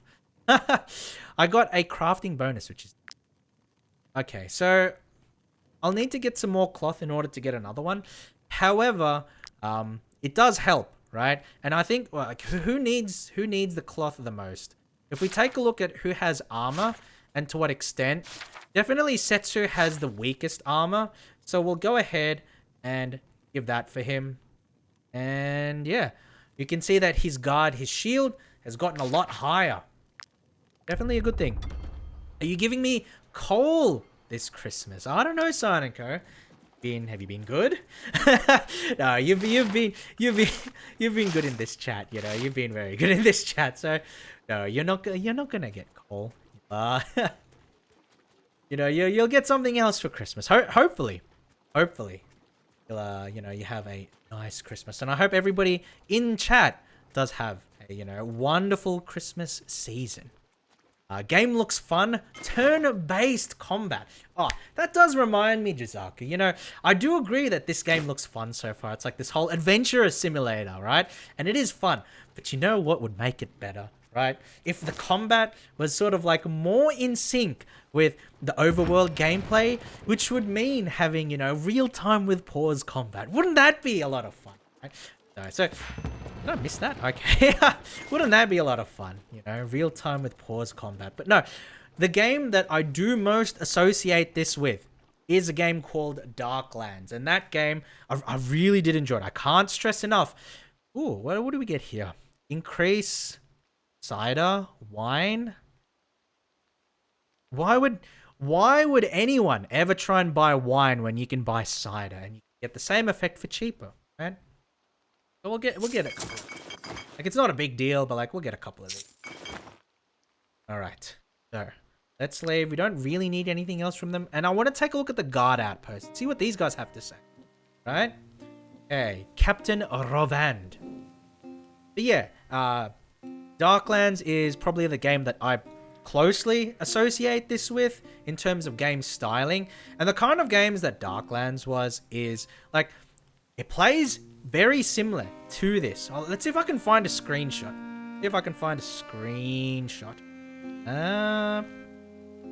Okay, so Darkland. Because I do want to show it a little bit for you guys, Let's see. Just give me... What is this TV series? It's like Darklands. And then the first Google result is like some MMA video, like MMA series on Netflix. What the heck? No, that's not what I want. I want Darklands, the video game. Where's my video games, guys? All right. So I found it. Let's see if I can. Darklands. Hold on. Let's see if this works out. Right. Okay. Cool. But Darklands, and the idea, right, is very similar in the sense of like adventure simulator, but the kicker here is that the setting is like what, 17th century Germany, Austria, right? So it's based in like, the setting is of the Holy Roman Empire, and the gimmick, Frisian coast of Bohemia. So so the gimmick is that the setting is like a gritty, low fantasy, medieval, Central Europe, or like Western to Central Europe game. But the gimmick is that, it's all of the beliefs of the time were real. So the idea is that you have a low fantasy game, except all of the beliefs of the era and the period are real. And so what I mean by that is that there are some like, supernatural creatures and that kind of thing, but you will never see them in the cities. You'll never see them in the cities. You have to go far out into the wilderness in order to find them, because the people of the time felt that, those supernatural creatures did not exist in cities, did not exist in villages and that kind of thing. There are cults, right? There are, cults, witches, that kind of thing. And there's like a parallel magic system. You don't have a system, that's like spell casting in a traditional sense, right? But what you have is the idea of faith and the idea of calling on saints, expending your resources. You can get like resources to do with prayer and piety and, religious belief. And you can expend that resource to call upon the power of saints to give you like a supernatural buff, or to like do damage to your enemies, or to, turn certain situations in your favor. And it's this idea, right? It's this idea that you have the power of God on your side. And it's really cool because it's fantasy, but it's fantasy in a way that's, that's non-traditional, non-standard. It's the idea that the beliefs of the time are and were real. And so you can see here, or what I really loved about Darklands is that on one hand, while you do have like the adventure simulator aspect to it, what I did love is that a lot of its locations, its locales, its stories were told through the medium of text adventure. So if you've ever read like Goosebumps and that kind of thing, where it's a choose your own adventure novel, right? The whole gimmick of Darklands is that, the story, the locations, it's all told through this sort of choose your own, path text adventure. And it's so cool. It's so cool. And you can see here, Sergeant of the Guard is overwhelmed by your charm. And so like you're using like a persuasion skill on him, right? He invites you into the gatehouse for a dip of water to wash away the travel dust. Soon he regards you as his old companions as he escorts you through a small passage that opens the guardroom door to the city. Smiling, he says, "No tolls for you today." You give him a friendly slap, then stroll forth into Strasbourg. And so this is a situation where if you want to get into the big cities, you have to pass through like a guard station. And a lot of the times, you need to pay a toll, or if you're a wanted criminal, then you have to sneak into the city, a different way. And it's really cool because it heavily leverages your skills. And so every option that you have in like the choose your own text adventure thing, choose your own text adventure framework is based on your skill set that you level up over the course of the game, right? And you can see all of the skills on the right side here. What is that, like edge weapons? I don't know what imp means. Like, I don't know everything. Oh, hold on. Imp, and then flails, pole arms, thrusting weapons, bow, stuff like that. So it's a really cool game idea. And it's definitely, for me, it's like one of the forefathers, if not the forefather, of like the adventurous sim game. So it's really, really cool. Right before the industrial age, it's like a high to late medieval age, Simon. Like that kind of era. I think it's like the 1500s, 1600s, that kind of area. I like it a lot. It's very, very fun. And to me, it's like the forefather of like the adventure sim game, of which War Tales seems to be one of. To think that we would have to camp out here because of some pig-headed bandit, that Bertram will strop at nothing to terrorize the yokels. But when it comes to facing the guard, that's a whole nother matter. You see that cave to the north? He's holed up in there. It's been 3 days and still he won't surrender. Bertram knows he's done for, yet he continues defending his lair with such doggedness that we have no choice but to starve him to death. That's why I need mercenaries. He doesn't know you. He might even let you in if he thinks he can convince you to help him. And once you've gained his trust, you can finish him off for us. We'll make it worth your while. I promise. I'll say yes, right? I'll say yes, but I won't do it now. Because I want like an extra level before I take him on. I want an extra level before I take him on. Nothing is beneath him. Bertram sold 2 cows and a calf from my brother-in-law. In one night, his family lost everything. Okay? I will never help the refugees after what happened. They're all just... Okay. Okay, so... Go. Yeah. I'll come back to this later because I think Bertram is probably still a little bit too strong for me right now. So I want to get a little bit more experience. Let's see if these guys sell weapons. I want some weapons. Give me some weapons. Okay, no weapons, unfortunately. But the wheat and the salt. I mean, I don't mind wheat because we can cook from that. Like, we can cook from the wheat and the salt. So there's nothing wrong with that. We can make bread. I don't want a fish hook. I don't want a piton either. Okay, cool. That's fine. Salt can be a weapon in some hands. Yeah, I guess. I definitely, well, I mean, I don't think salt is intended to be a weapon. All right, here's our targets. Here's our targets. So, I wonder if we can like lure them into like a fight. Can we like lure them into like this area? No, they won't interact. So we'll attack them. Level 2. Game said this would be easier. This looks like it's gonna be a lot harder, guys. It's level 2, but I think there's only 2 of these guys, so maybe that's why it's easier. There's only, but there's only 2 of them. Is there anything we can use? We can use the spear throw.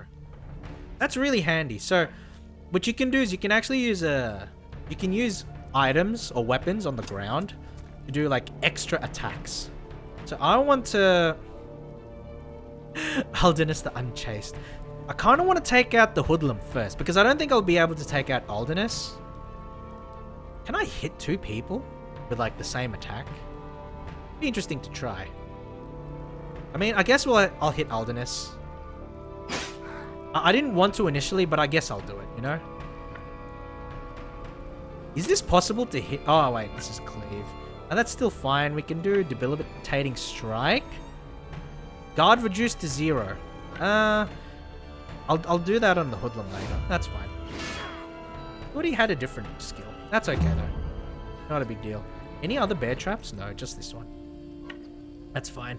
Engaging is like the primary thing here. Oh, that was a... Okay, I'm blind. That was my fault. We'll use Weakening Blow to reduce his damage output, and then we'll use Pound, and that should probably break his armor. Yep, nice. And then he gets his attacks off, but that's fine, right? Because Aldenus can't break through Setsu, I don't think. So what we can do... Like, ooh, we can sort of surround him. No, well... Sign and Co. comes through. Hits this guy. Okay. End of turn. And I want to see... I don't know if JP will kill. But, like, I do want to see what happens, right? Oh, that doesn't do that much damage. We'll step back a bit. Unfortunate. I was hoping to do more damage so that we could get the KO. That's alright, though. Wow! That did so much. Fine, though. We'll use this. Bang.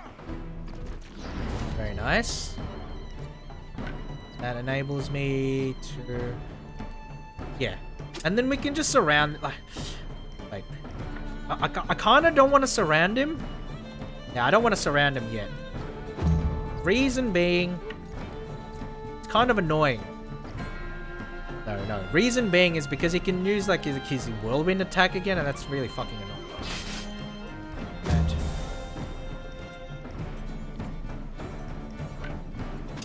But this is still better. Yeah, that did good damage. That did really good damage.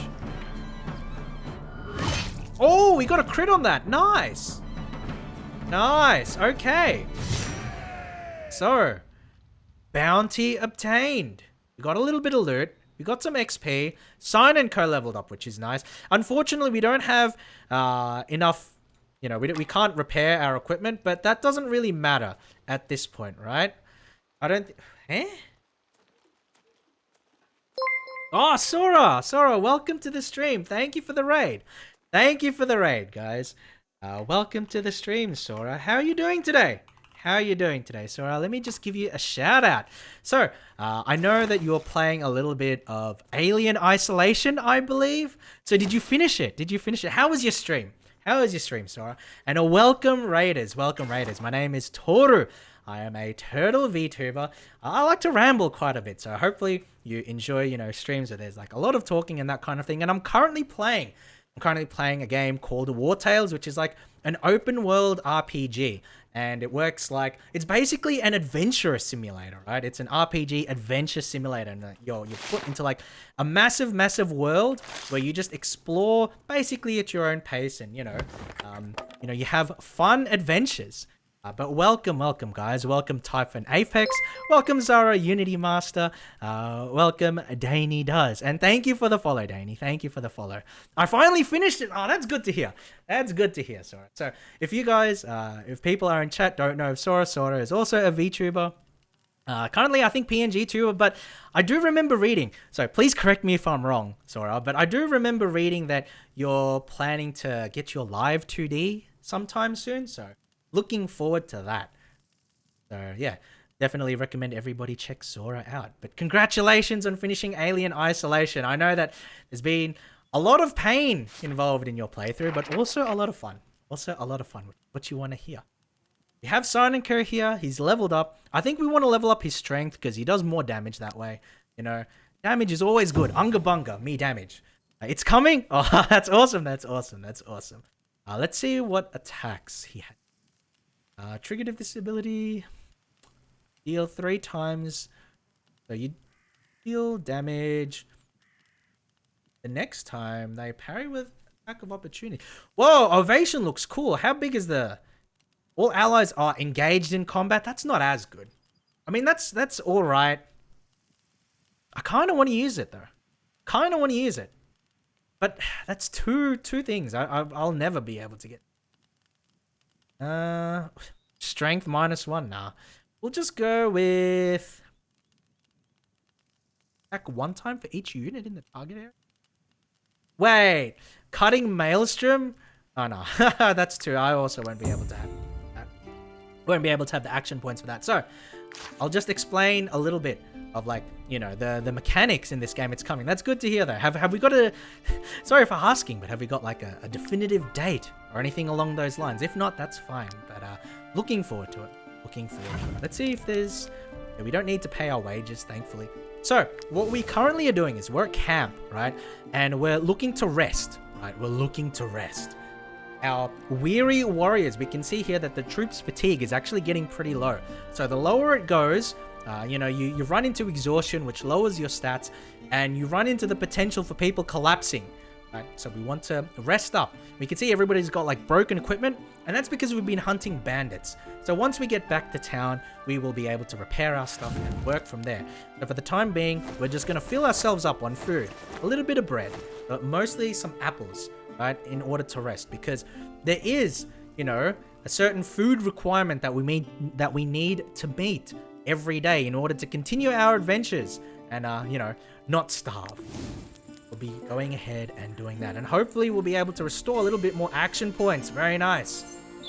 Oh wow, troops happiness is decreased by 1. Oh no, but the troops happiness overall is still quite high. If you guys have played a game like Mountain Blade Warband, I think a lot of the mechanics would be sort of not necessarily the same thing, but kind of familiar, because there's a lot of similarities with how that works and how this game works. And I'm having a lot of fun so far. It's definitely a, you know, it's definitely a you make your own fun and you have your own adventures kind of game, as opposed to a game that's like heavily story-based and that kind of thing.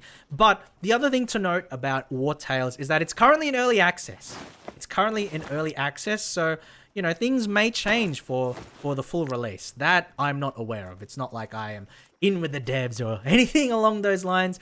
Yeah, well, it would be nice to think of, you know. Imagine guys. Sponsored stream. No, that would be that would be cool one day to think about, but definitely not today. So we're gonna make our way back to town. We're just picking up everything comes in our path, and we can see here from the map there's like there's a lot that we have yet to explore, right?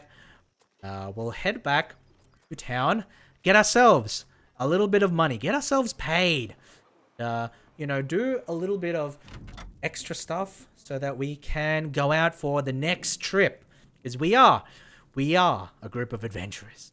And collect the bounty. Very nice. We can review. So what's left so far is a lot of, you know, like average and difficult contracts and bounties. I'm not going to go for them yet. Because I definitely do need to level up a bit more. And we're also just going to get this guy to repair my items, right? Because if we look at it, he repairs everything for 24, but as raw materials, like, it costs more to repair my stuff manually than it does to get him to do it for me. So we're just going to ask him to. Okay, so let's see. Is there anything that we can forge here? Anything useful? We need more. Need more Taj. Armor +4, guard +. So who has a shield here? I mean, like, that's weak, but it's not that bad. Like, it's not enough that I would want to, that I would want to level it up. Throwing axe, maybe, but I'm going to wait until I can get more rags. Because we definitely need more rags. All right. Leofrane. I mean, I don't really want to buy a whole lot from this guy. Gabriana. This is food. I don't need a lot of food, so I don't think this is necessary yet. And the other thing is I can also bake some bread if I get myself a cooking pot. So that will probably be in the next goal. So we're going to depart from town. And where's cooking pot? Here we go. So we have enough wood now. We got the iron ore. And this allows us to reduce our daily food consumption, which is nice. But it also means that we can do other stuff, right? We can make food. So we don't have to rely too much on buying food from town. Here we go. Just place it in camp. Boom. This is really cool. You can like move everything around. Very nice. Bounty. Yes, exactly. Exactly, Silent Co. So where's my assigned cook? Where's my cook? If oh, I don't have a cook.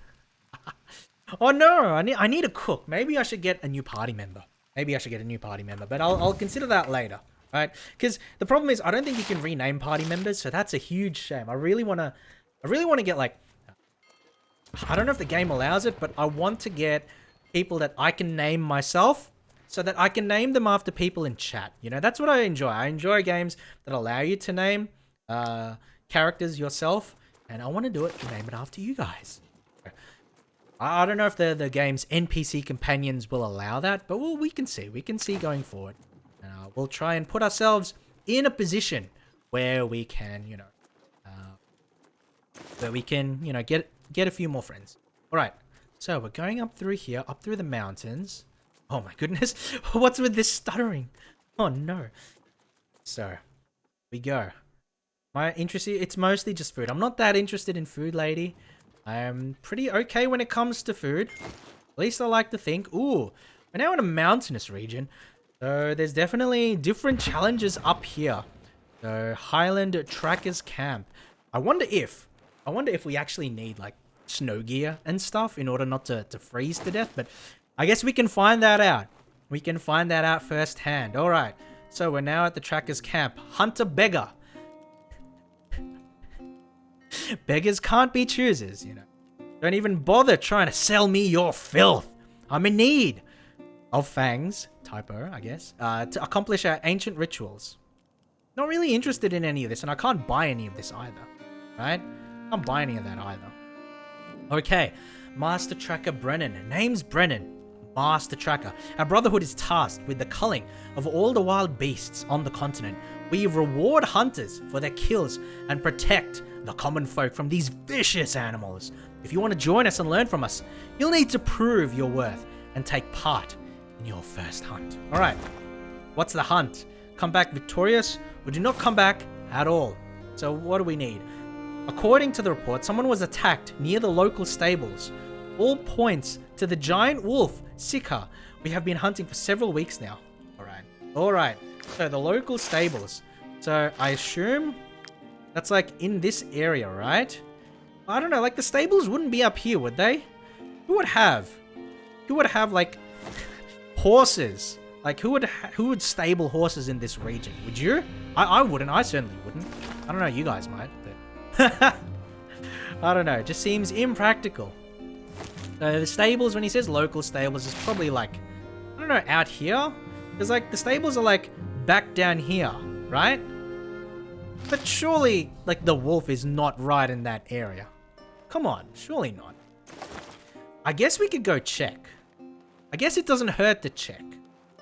Alright, so we'll go ahead and, we'll probably run out of fatigue and need to rest up at camp, but we should be able to get what we need. And by coming a different way down, we get to explore a little bit more of the map.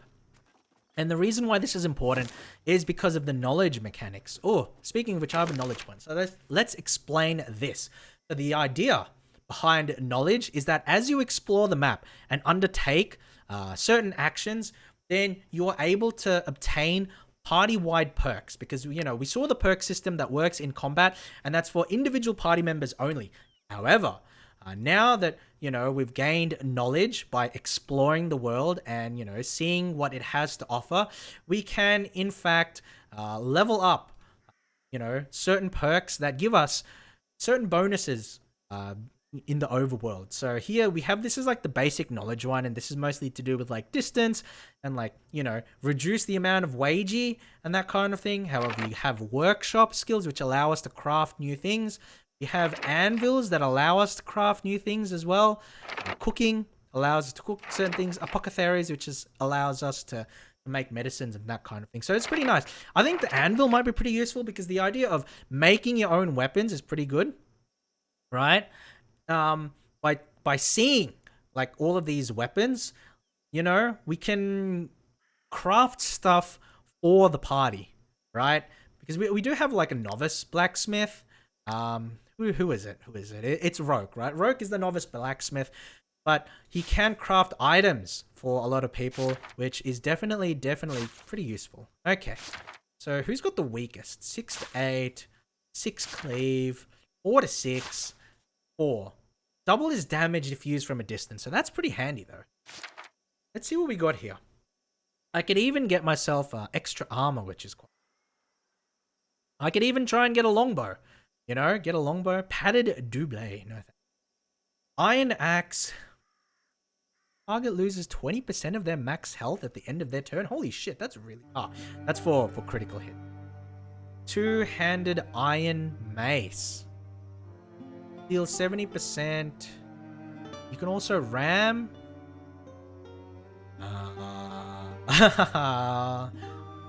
Pound capacity. I mean, this would improve Roke's personal weapon, right? It would improve his own personal weapon, so I think this is probably ideal. Yeah, this is probably... hold on. Yeah, strength plus 5. Yeah, it goes way up. Holy cow. Yeah, let's definitely learn this, if we can. Craft once to reveal a new recipe in the compendium. So, we'll go ahead and craft that later once we get back to town. Roke will get himself a new fancy item. Ooh, wealthy farm. Wealthy farm. Roke will get himself a new fancy item, and hopefully that will enable us to, do a little bit more. Okay, so we're now at a farm. It looks like we have a quest here. Potential quest. Urbard. I'm terribly sorry. I shouldn't have agreed to this. But we'd run out of food, and we were starving. Wealthy farm for pillaging? Chizaku! How could you say such a thing? Just because they're wealthy doesn't mean that they don't need food. We're talking about farmers here.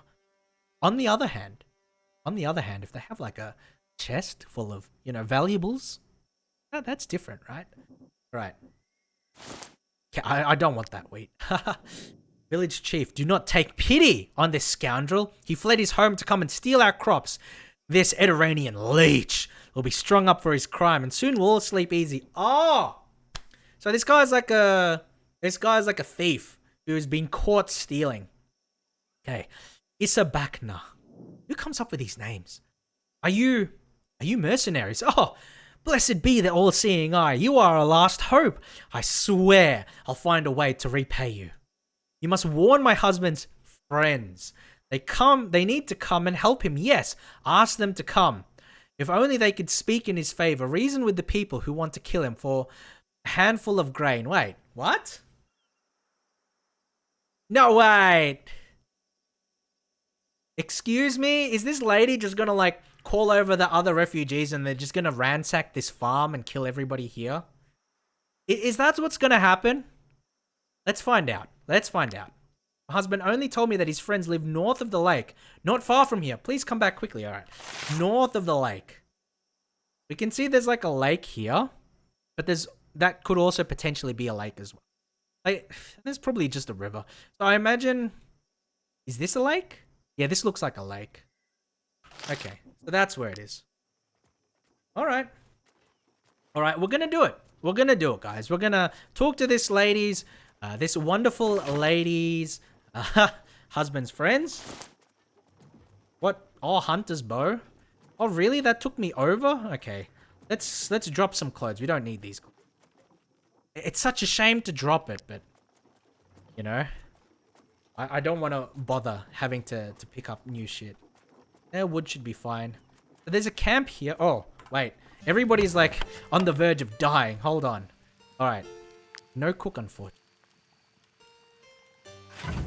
So, let's just eat up, right? Eat up. And then we can get ourselves a little bit of cider to make everybody a little bit happier. We can rest and get our fatigue up. There we go. I've gained an extra action point. Now we're capped off. Your companions are pleased. Get the wood. Lakeside camp. Okay. I'm so concerned that this lady, her husband's friends are just like more refugees, and then they're planning on ransacking the farm. I'm really concerned about this. Great concern. All right, let's talk to Isabeth. One of our new recruits hasn't... What did I tell you? One of our new recruits hasn't returned from his first assignment. I'm starting to worry. Stealing grain should be quick and easy. Something must have gone terribly wrong. He probably just got delayed. He seems capable enough for a refugee. Okay, so the guy was taken advantage of. And then, you know, these guys are like using him. So I'm not going to warn them. Why would I warn them? Our boss is open to recruiting anyone, including refugees. The villagers blaming us for taking advantage of the situation. But at least we're not letting these people starve to death. Oh. Yeah, aren't these guys saints? How did I manage to get all this? Hard work. That's the secret.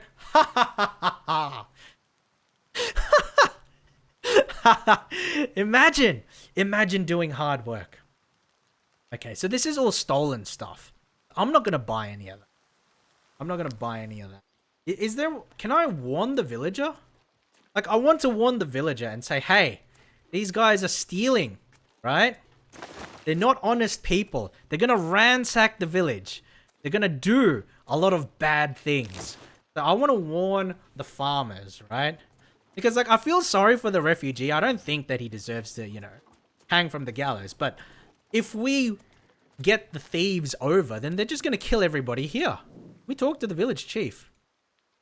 And no. Can we talk to her? No. We talk to him. Oh, okay. What do they want us to do? They want us to warn them? I'm going to save this game. We're going to save this game. And then we're going to see what they say if we go ahead and warn him. Because I actually want... Like, I don't want to do anything to the poor refugee. Because, like, you know, he's in a rough spot. But I want to take these thieves to the cleaners and just demolish them and kill them. Right? But how do I do that? Well, they're level 2. I can beat. I can take them. This lady has got like a lot of... This lady's pretty strong. But I can take them. But let's see if we can warn them. Right? One of your friends is about to be hung from the gallows. Caught red-handed on his try. I never should have recruited a simple farmer. He doesn't have it in him. See? You cannot hang by my fault. Pack it up, lads. We're leaving. As for you, come meet me at the farm. We could do with your help. So they're gonna go and attack the farm. So you know what? I hope... Oh shit, they look high level. Oh no. Oh no. They're in the red. Oh no, this is a bad idea. Because I want to go and then like take these guys out. Right? I want to take these guys. Thank goodness I saved. Thank goodness I saved. Alright.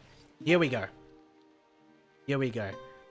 Release the refugee immediately. But you brought bandits, mercenaries. Are you willing to let them slaughter us to save a thief? He's just a desperate farmer. Let him go and no harm will come to you. Who's to say you won't be back in a few days to plunder our supplies? No, we won't let any of you leave. Very well. Have at you. Mercenaries. Whatever those thieves promised you, I can pay you much more to defend us. We'll even forget you are ever involved in this. I'm saving the village. I'm sorry. But like these bandits, right? Like, I feel sorry for the refugee because it's not really his fault, right? But these bandits, they get what they deserve. So I'm going to fight for the village chief, right? Because we're going to have allies and we're going to attack. Oh, let's see. Bar of soap. Bar of soap, yeah. If we attack the villagers, we definitely need a bar of soap to clean ourselves afterwards. We'll get adjustable straps. Let's initiate combat. Let's go. Let's go because we have allies now. We have allies. And we're going to fight for the sake of the village. Some of the characters accompanying you are important. If they die, you'll have to restart the battle. Protect them. Alright. So who's the important one? This dude here. Oh, he doesn't have a lot of health. These guys are pretty numerous. I'm not going to lie. Protect Sign and Code. Sign and Code's the most important one. Sign and Code's the most important one. Okay, this is a weird. What did the villagers do? Nothing, JP. So the villagers caught a thief trying to steal their grain, right? But then the thief is just a refugee who got sort of talked into going after a village by this group of bandits. And so we went to warn the bandits that, you know, one of their men, like the refugee, was in trouble. So we forced this confrontation. But now that we're here, I'm siding with the villagers instead of the bandits. Because at the end of the day, the villagers really didn't do anything wrong. Like, I feel sorry for the refugee and I hope that he doesn't go. But like, if we talk about, you know, the villagers are just doing their thing, right? They're just doing their thing.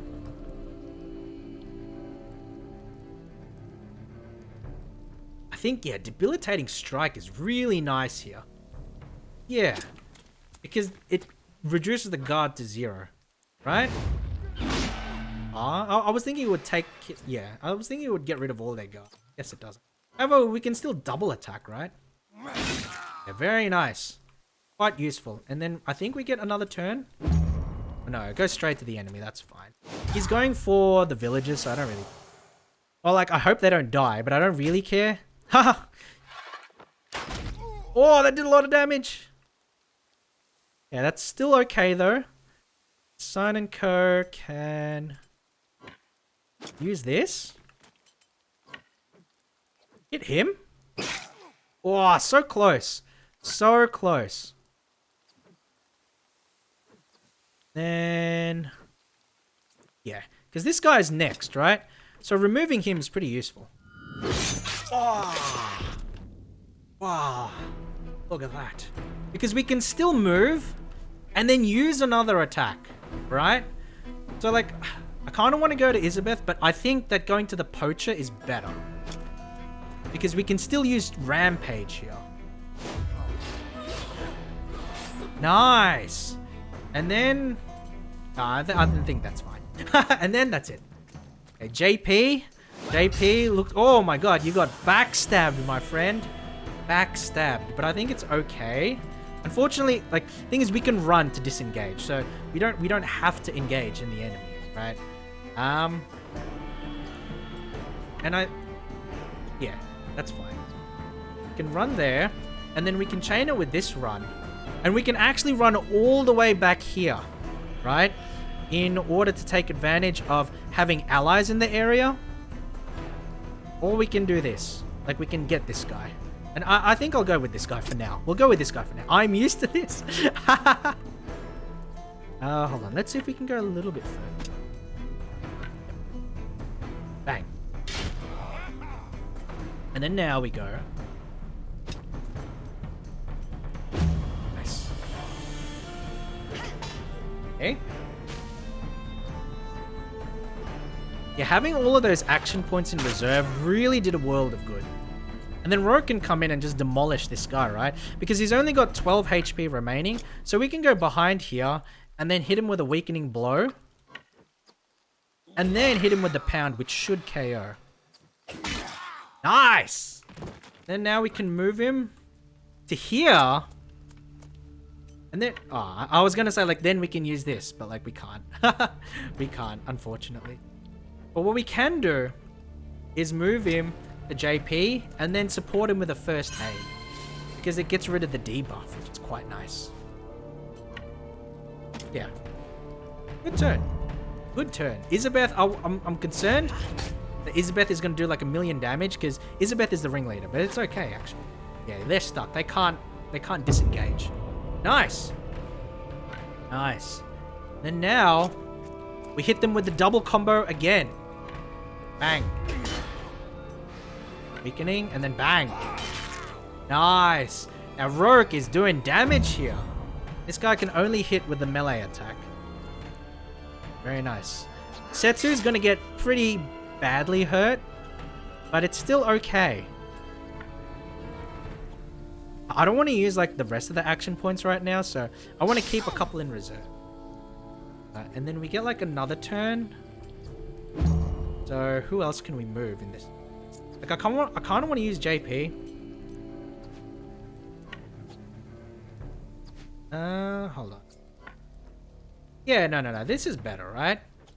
Because we can move him behind here. And then hope for the kill. Wait, no. Shit.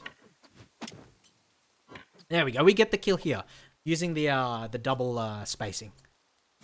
Bang! There we go. Extra AP. That's what you like to see. Very nice, very nice. Rourke has got like... He's got full guard. It shouldn't do too much damage. Yeah. Good job, Rourke. Now, the villagers can, you know, just mop up from here. Very cool. Very cool. Okay, and then it's just going to be like the melee attack. Or, I can actually... We'll use Rampage here. Yeah, we'll use Rampage. Nice! We got a small chance to KO. Or like half chance to KO, I think. Nice! Good job, Sign & Co. Good job. Now we're galvanized. And then I can move here to try and like, you know, taunt. I mean, it doesn't really matter that. Let's get him. Exactly. I'm used to this. Oh, JP, don't say that. Don't say that, JP. That sounds so painful. All right. Now we can use Rogue. Wait, hold on. No, we should use JP for this. Because we can get JP another kill. And then that gives us even more, right? Bang. Nice. Would you love to see? And then we can give him like the surrounded debuff, which makes it, you know, a lot better for us, right? And then so when Rourke does damage, when he uses, when Silent Code does Rampage, it's gonna do like 1,000,000 damage. Well, let's see what Setsu has though in comparison. Debilitating Strike's pretty good too. Yeah, Debilitating Strike's actually pretty powerful. But no, I like Rampage, just from a personal perspective. Nice! Because we actually KO with this attack. Nice! Oh! Damage dealer, Sign & Co. Let's go. Very nice. Nicely done. Everything is broken, but it's okay. I'm gonna... Yeah. Unfortunately, right... Love the axe finisher. It looks so cool. It looks really brutal. Unfortunately, I'm, you know, over encumbered, but I think it's still worth it. Still worth it. Because there's like the farm right here, right? Wait, why are these guys hostile? Okay, we made it back. So we can talk to the village chief and get our reward. Your ill-advised intervention almost cost us our lives. But since you killed the bandits for us, I'm willing to forgive you. Here's a little something for your trouble. Now skedaddle and leave the good townsfolk in peace. I'll take it. We take those straps. You help the villagers restore order. All right. Big straps. Ooh, nice movement. All right. So who could do with the straps? Who could do with the extra movement?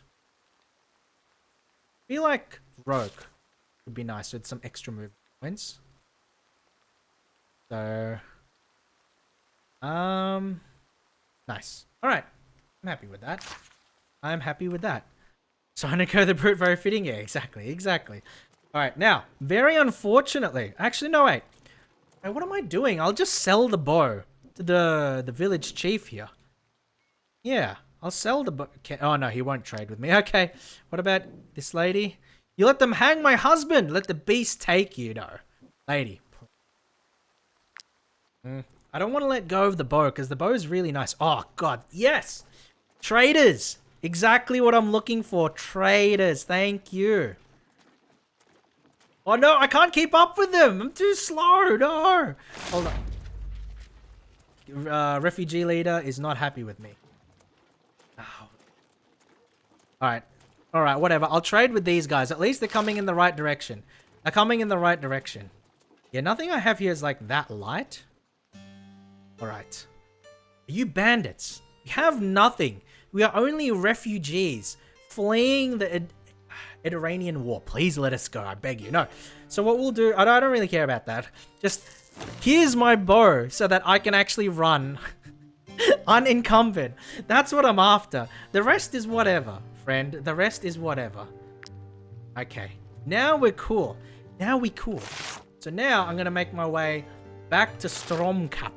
And the reason I'm going to make my way back there is because it's en route. It's en route to the cave where the manhunt quest is.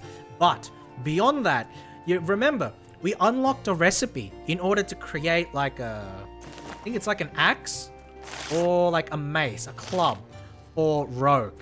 And so we're going to do that, right? We're going to go ahead and do that. And we'll probably finish the session at that point. Probably finish the session at that. Oh, come on. Please let us get there before we run into the red. And then we can just rest at the inn after. Right? Because we don't have to use our own food. I don't know. Is resting in the inn even worth it? I don't know. We'll find out. Anyway. Master Hulan's Forge. Go to the forge. Rogue, very fittingly, will create himself his own hammer. The mouth of this hammer is made to break down even the best armor. Alright, let's forge. Alright. Ah!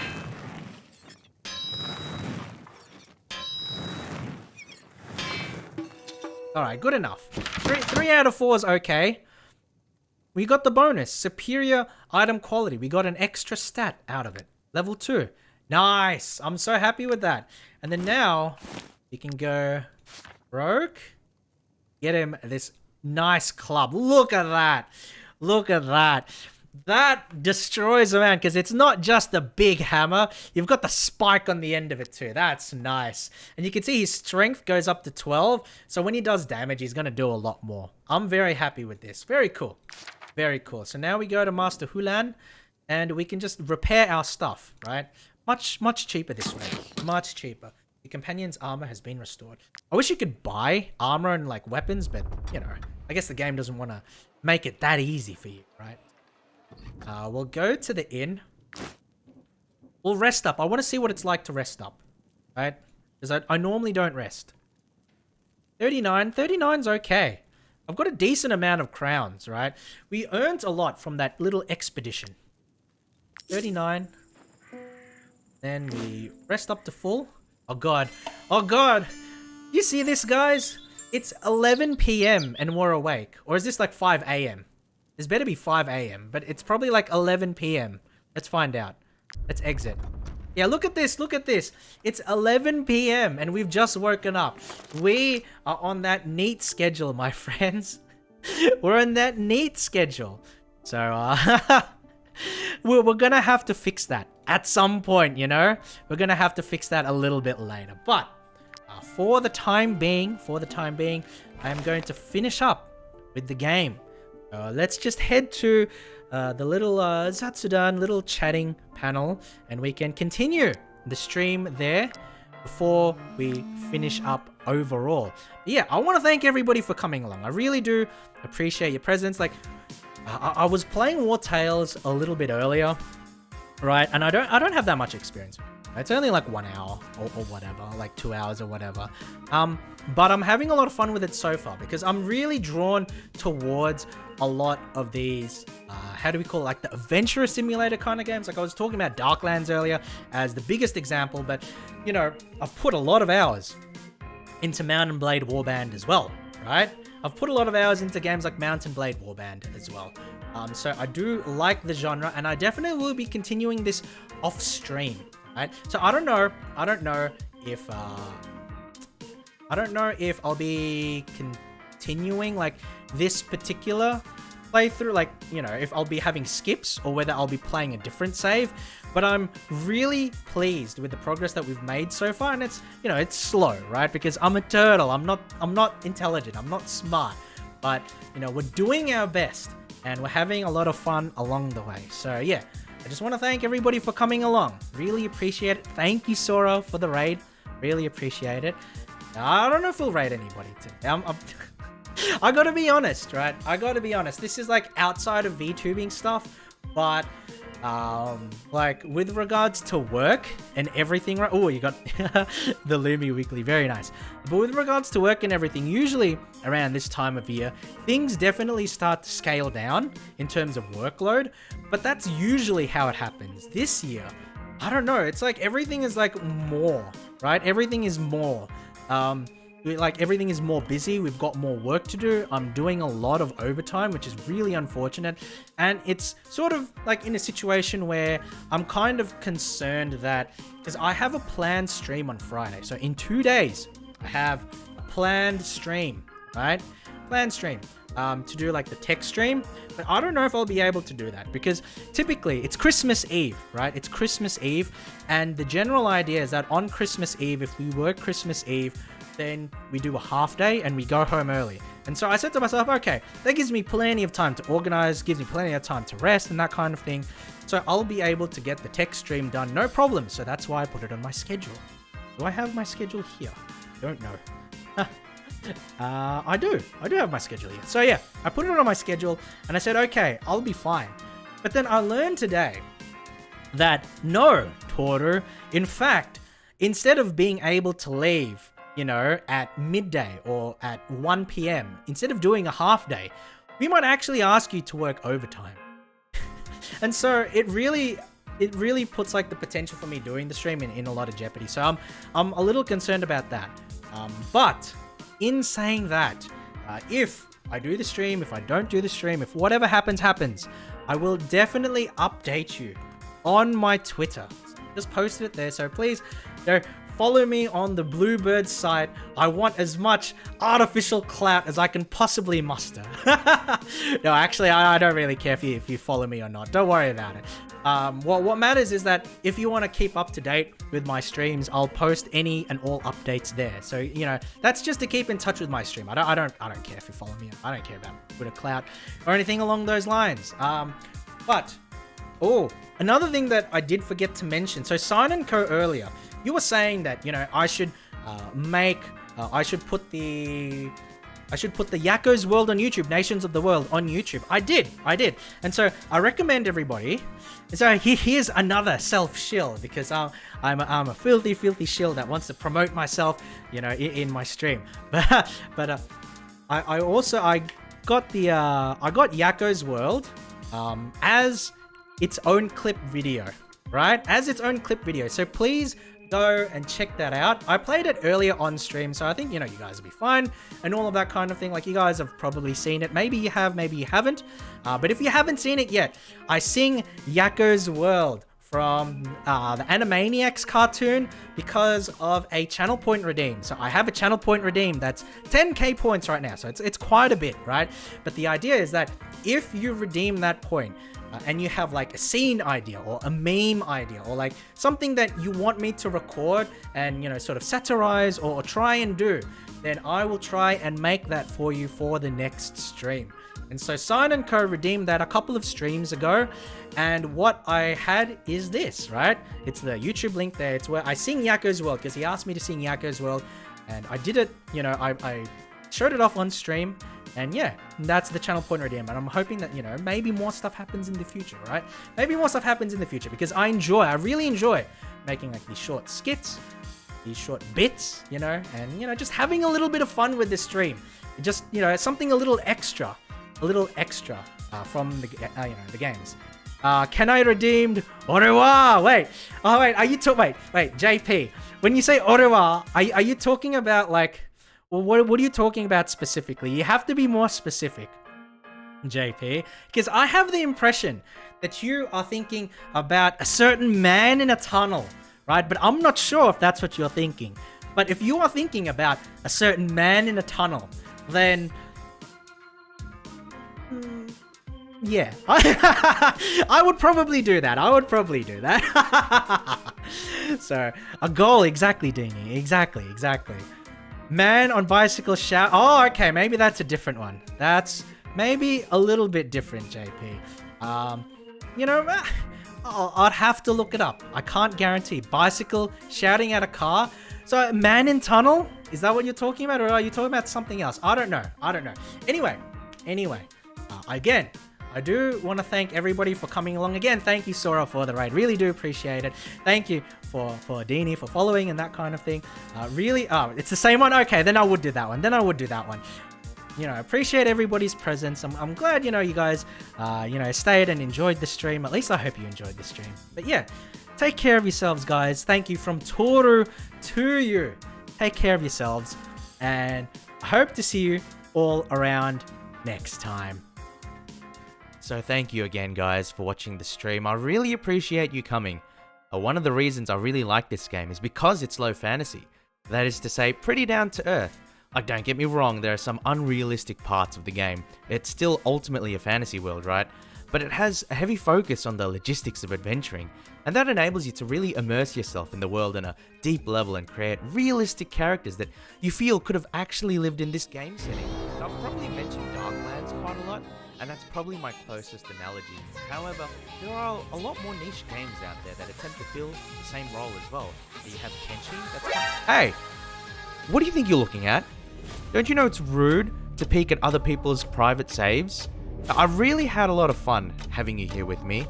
It's such a shame that you tripped over and suffered an unfortunate accident. What's that? You didn't trip over? What are you talking about? You did trip and fall.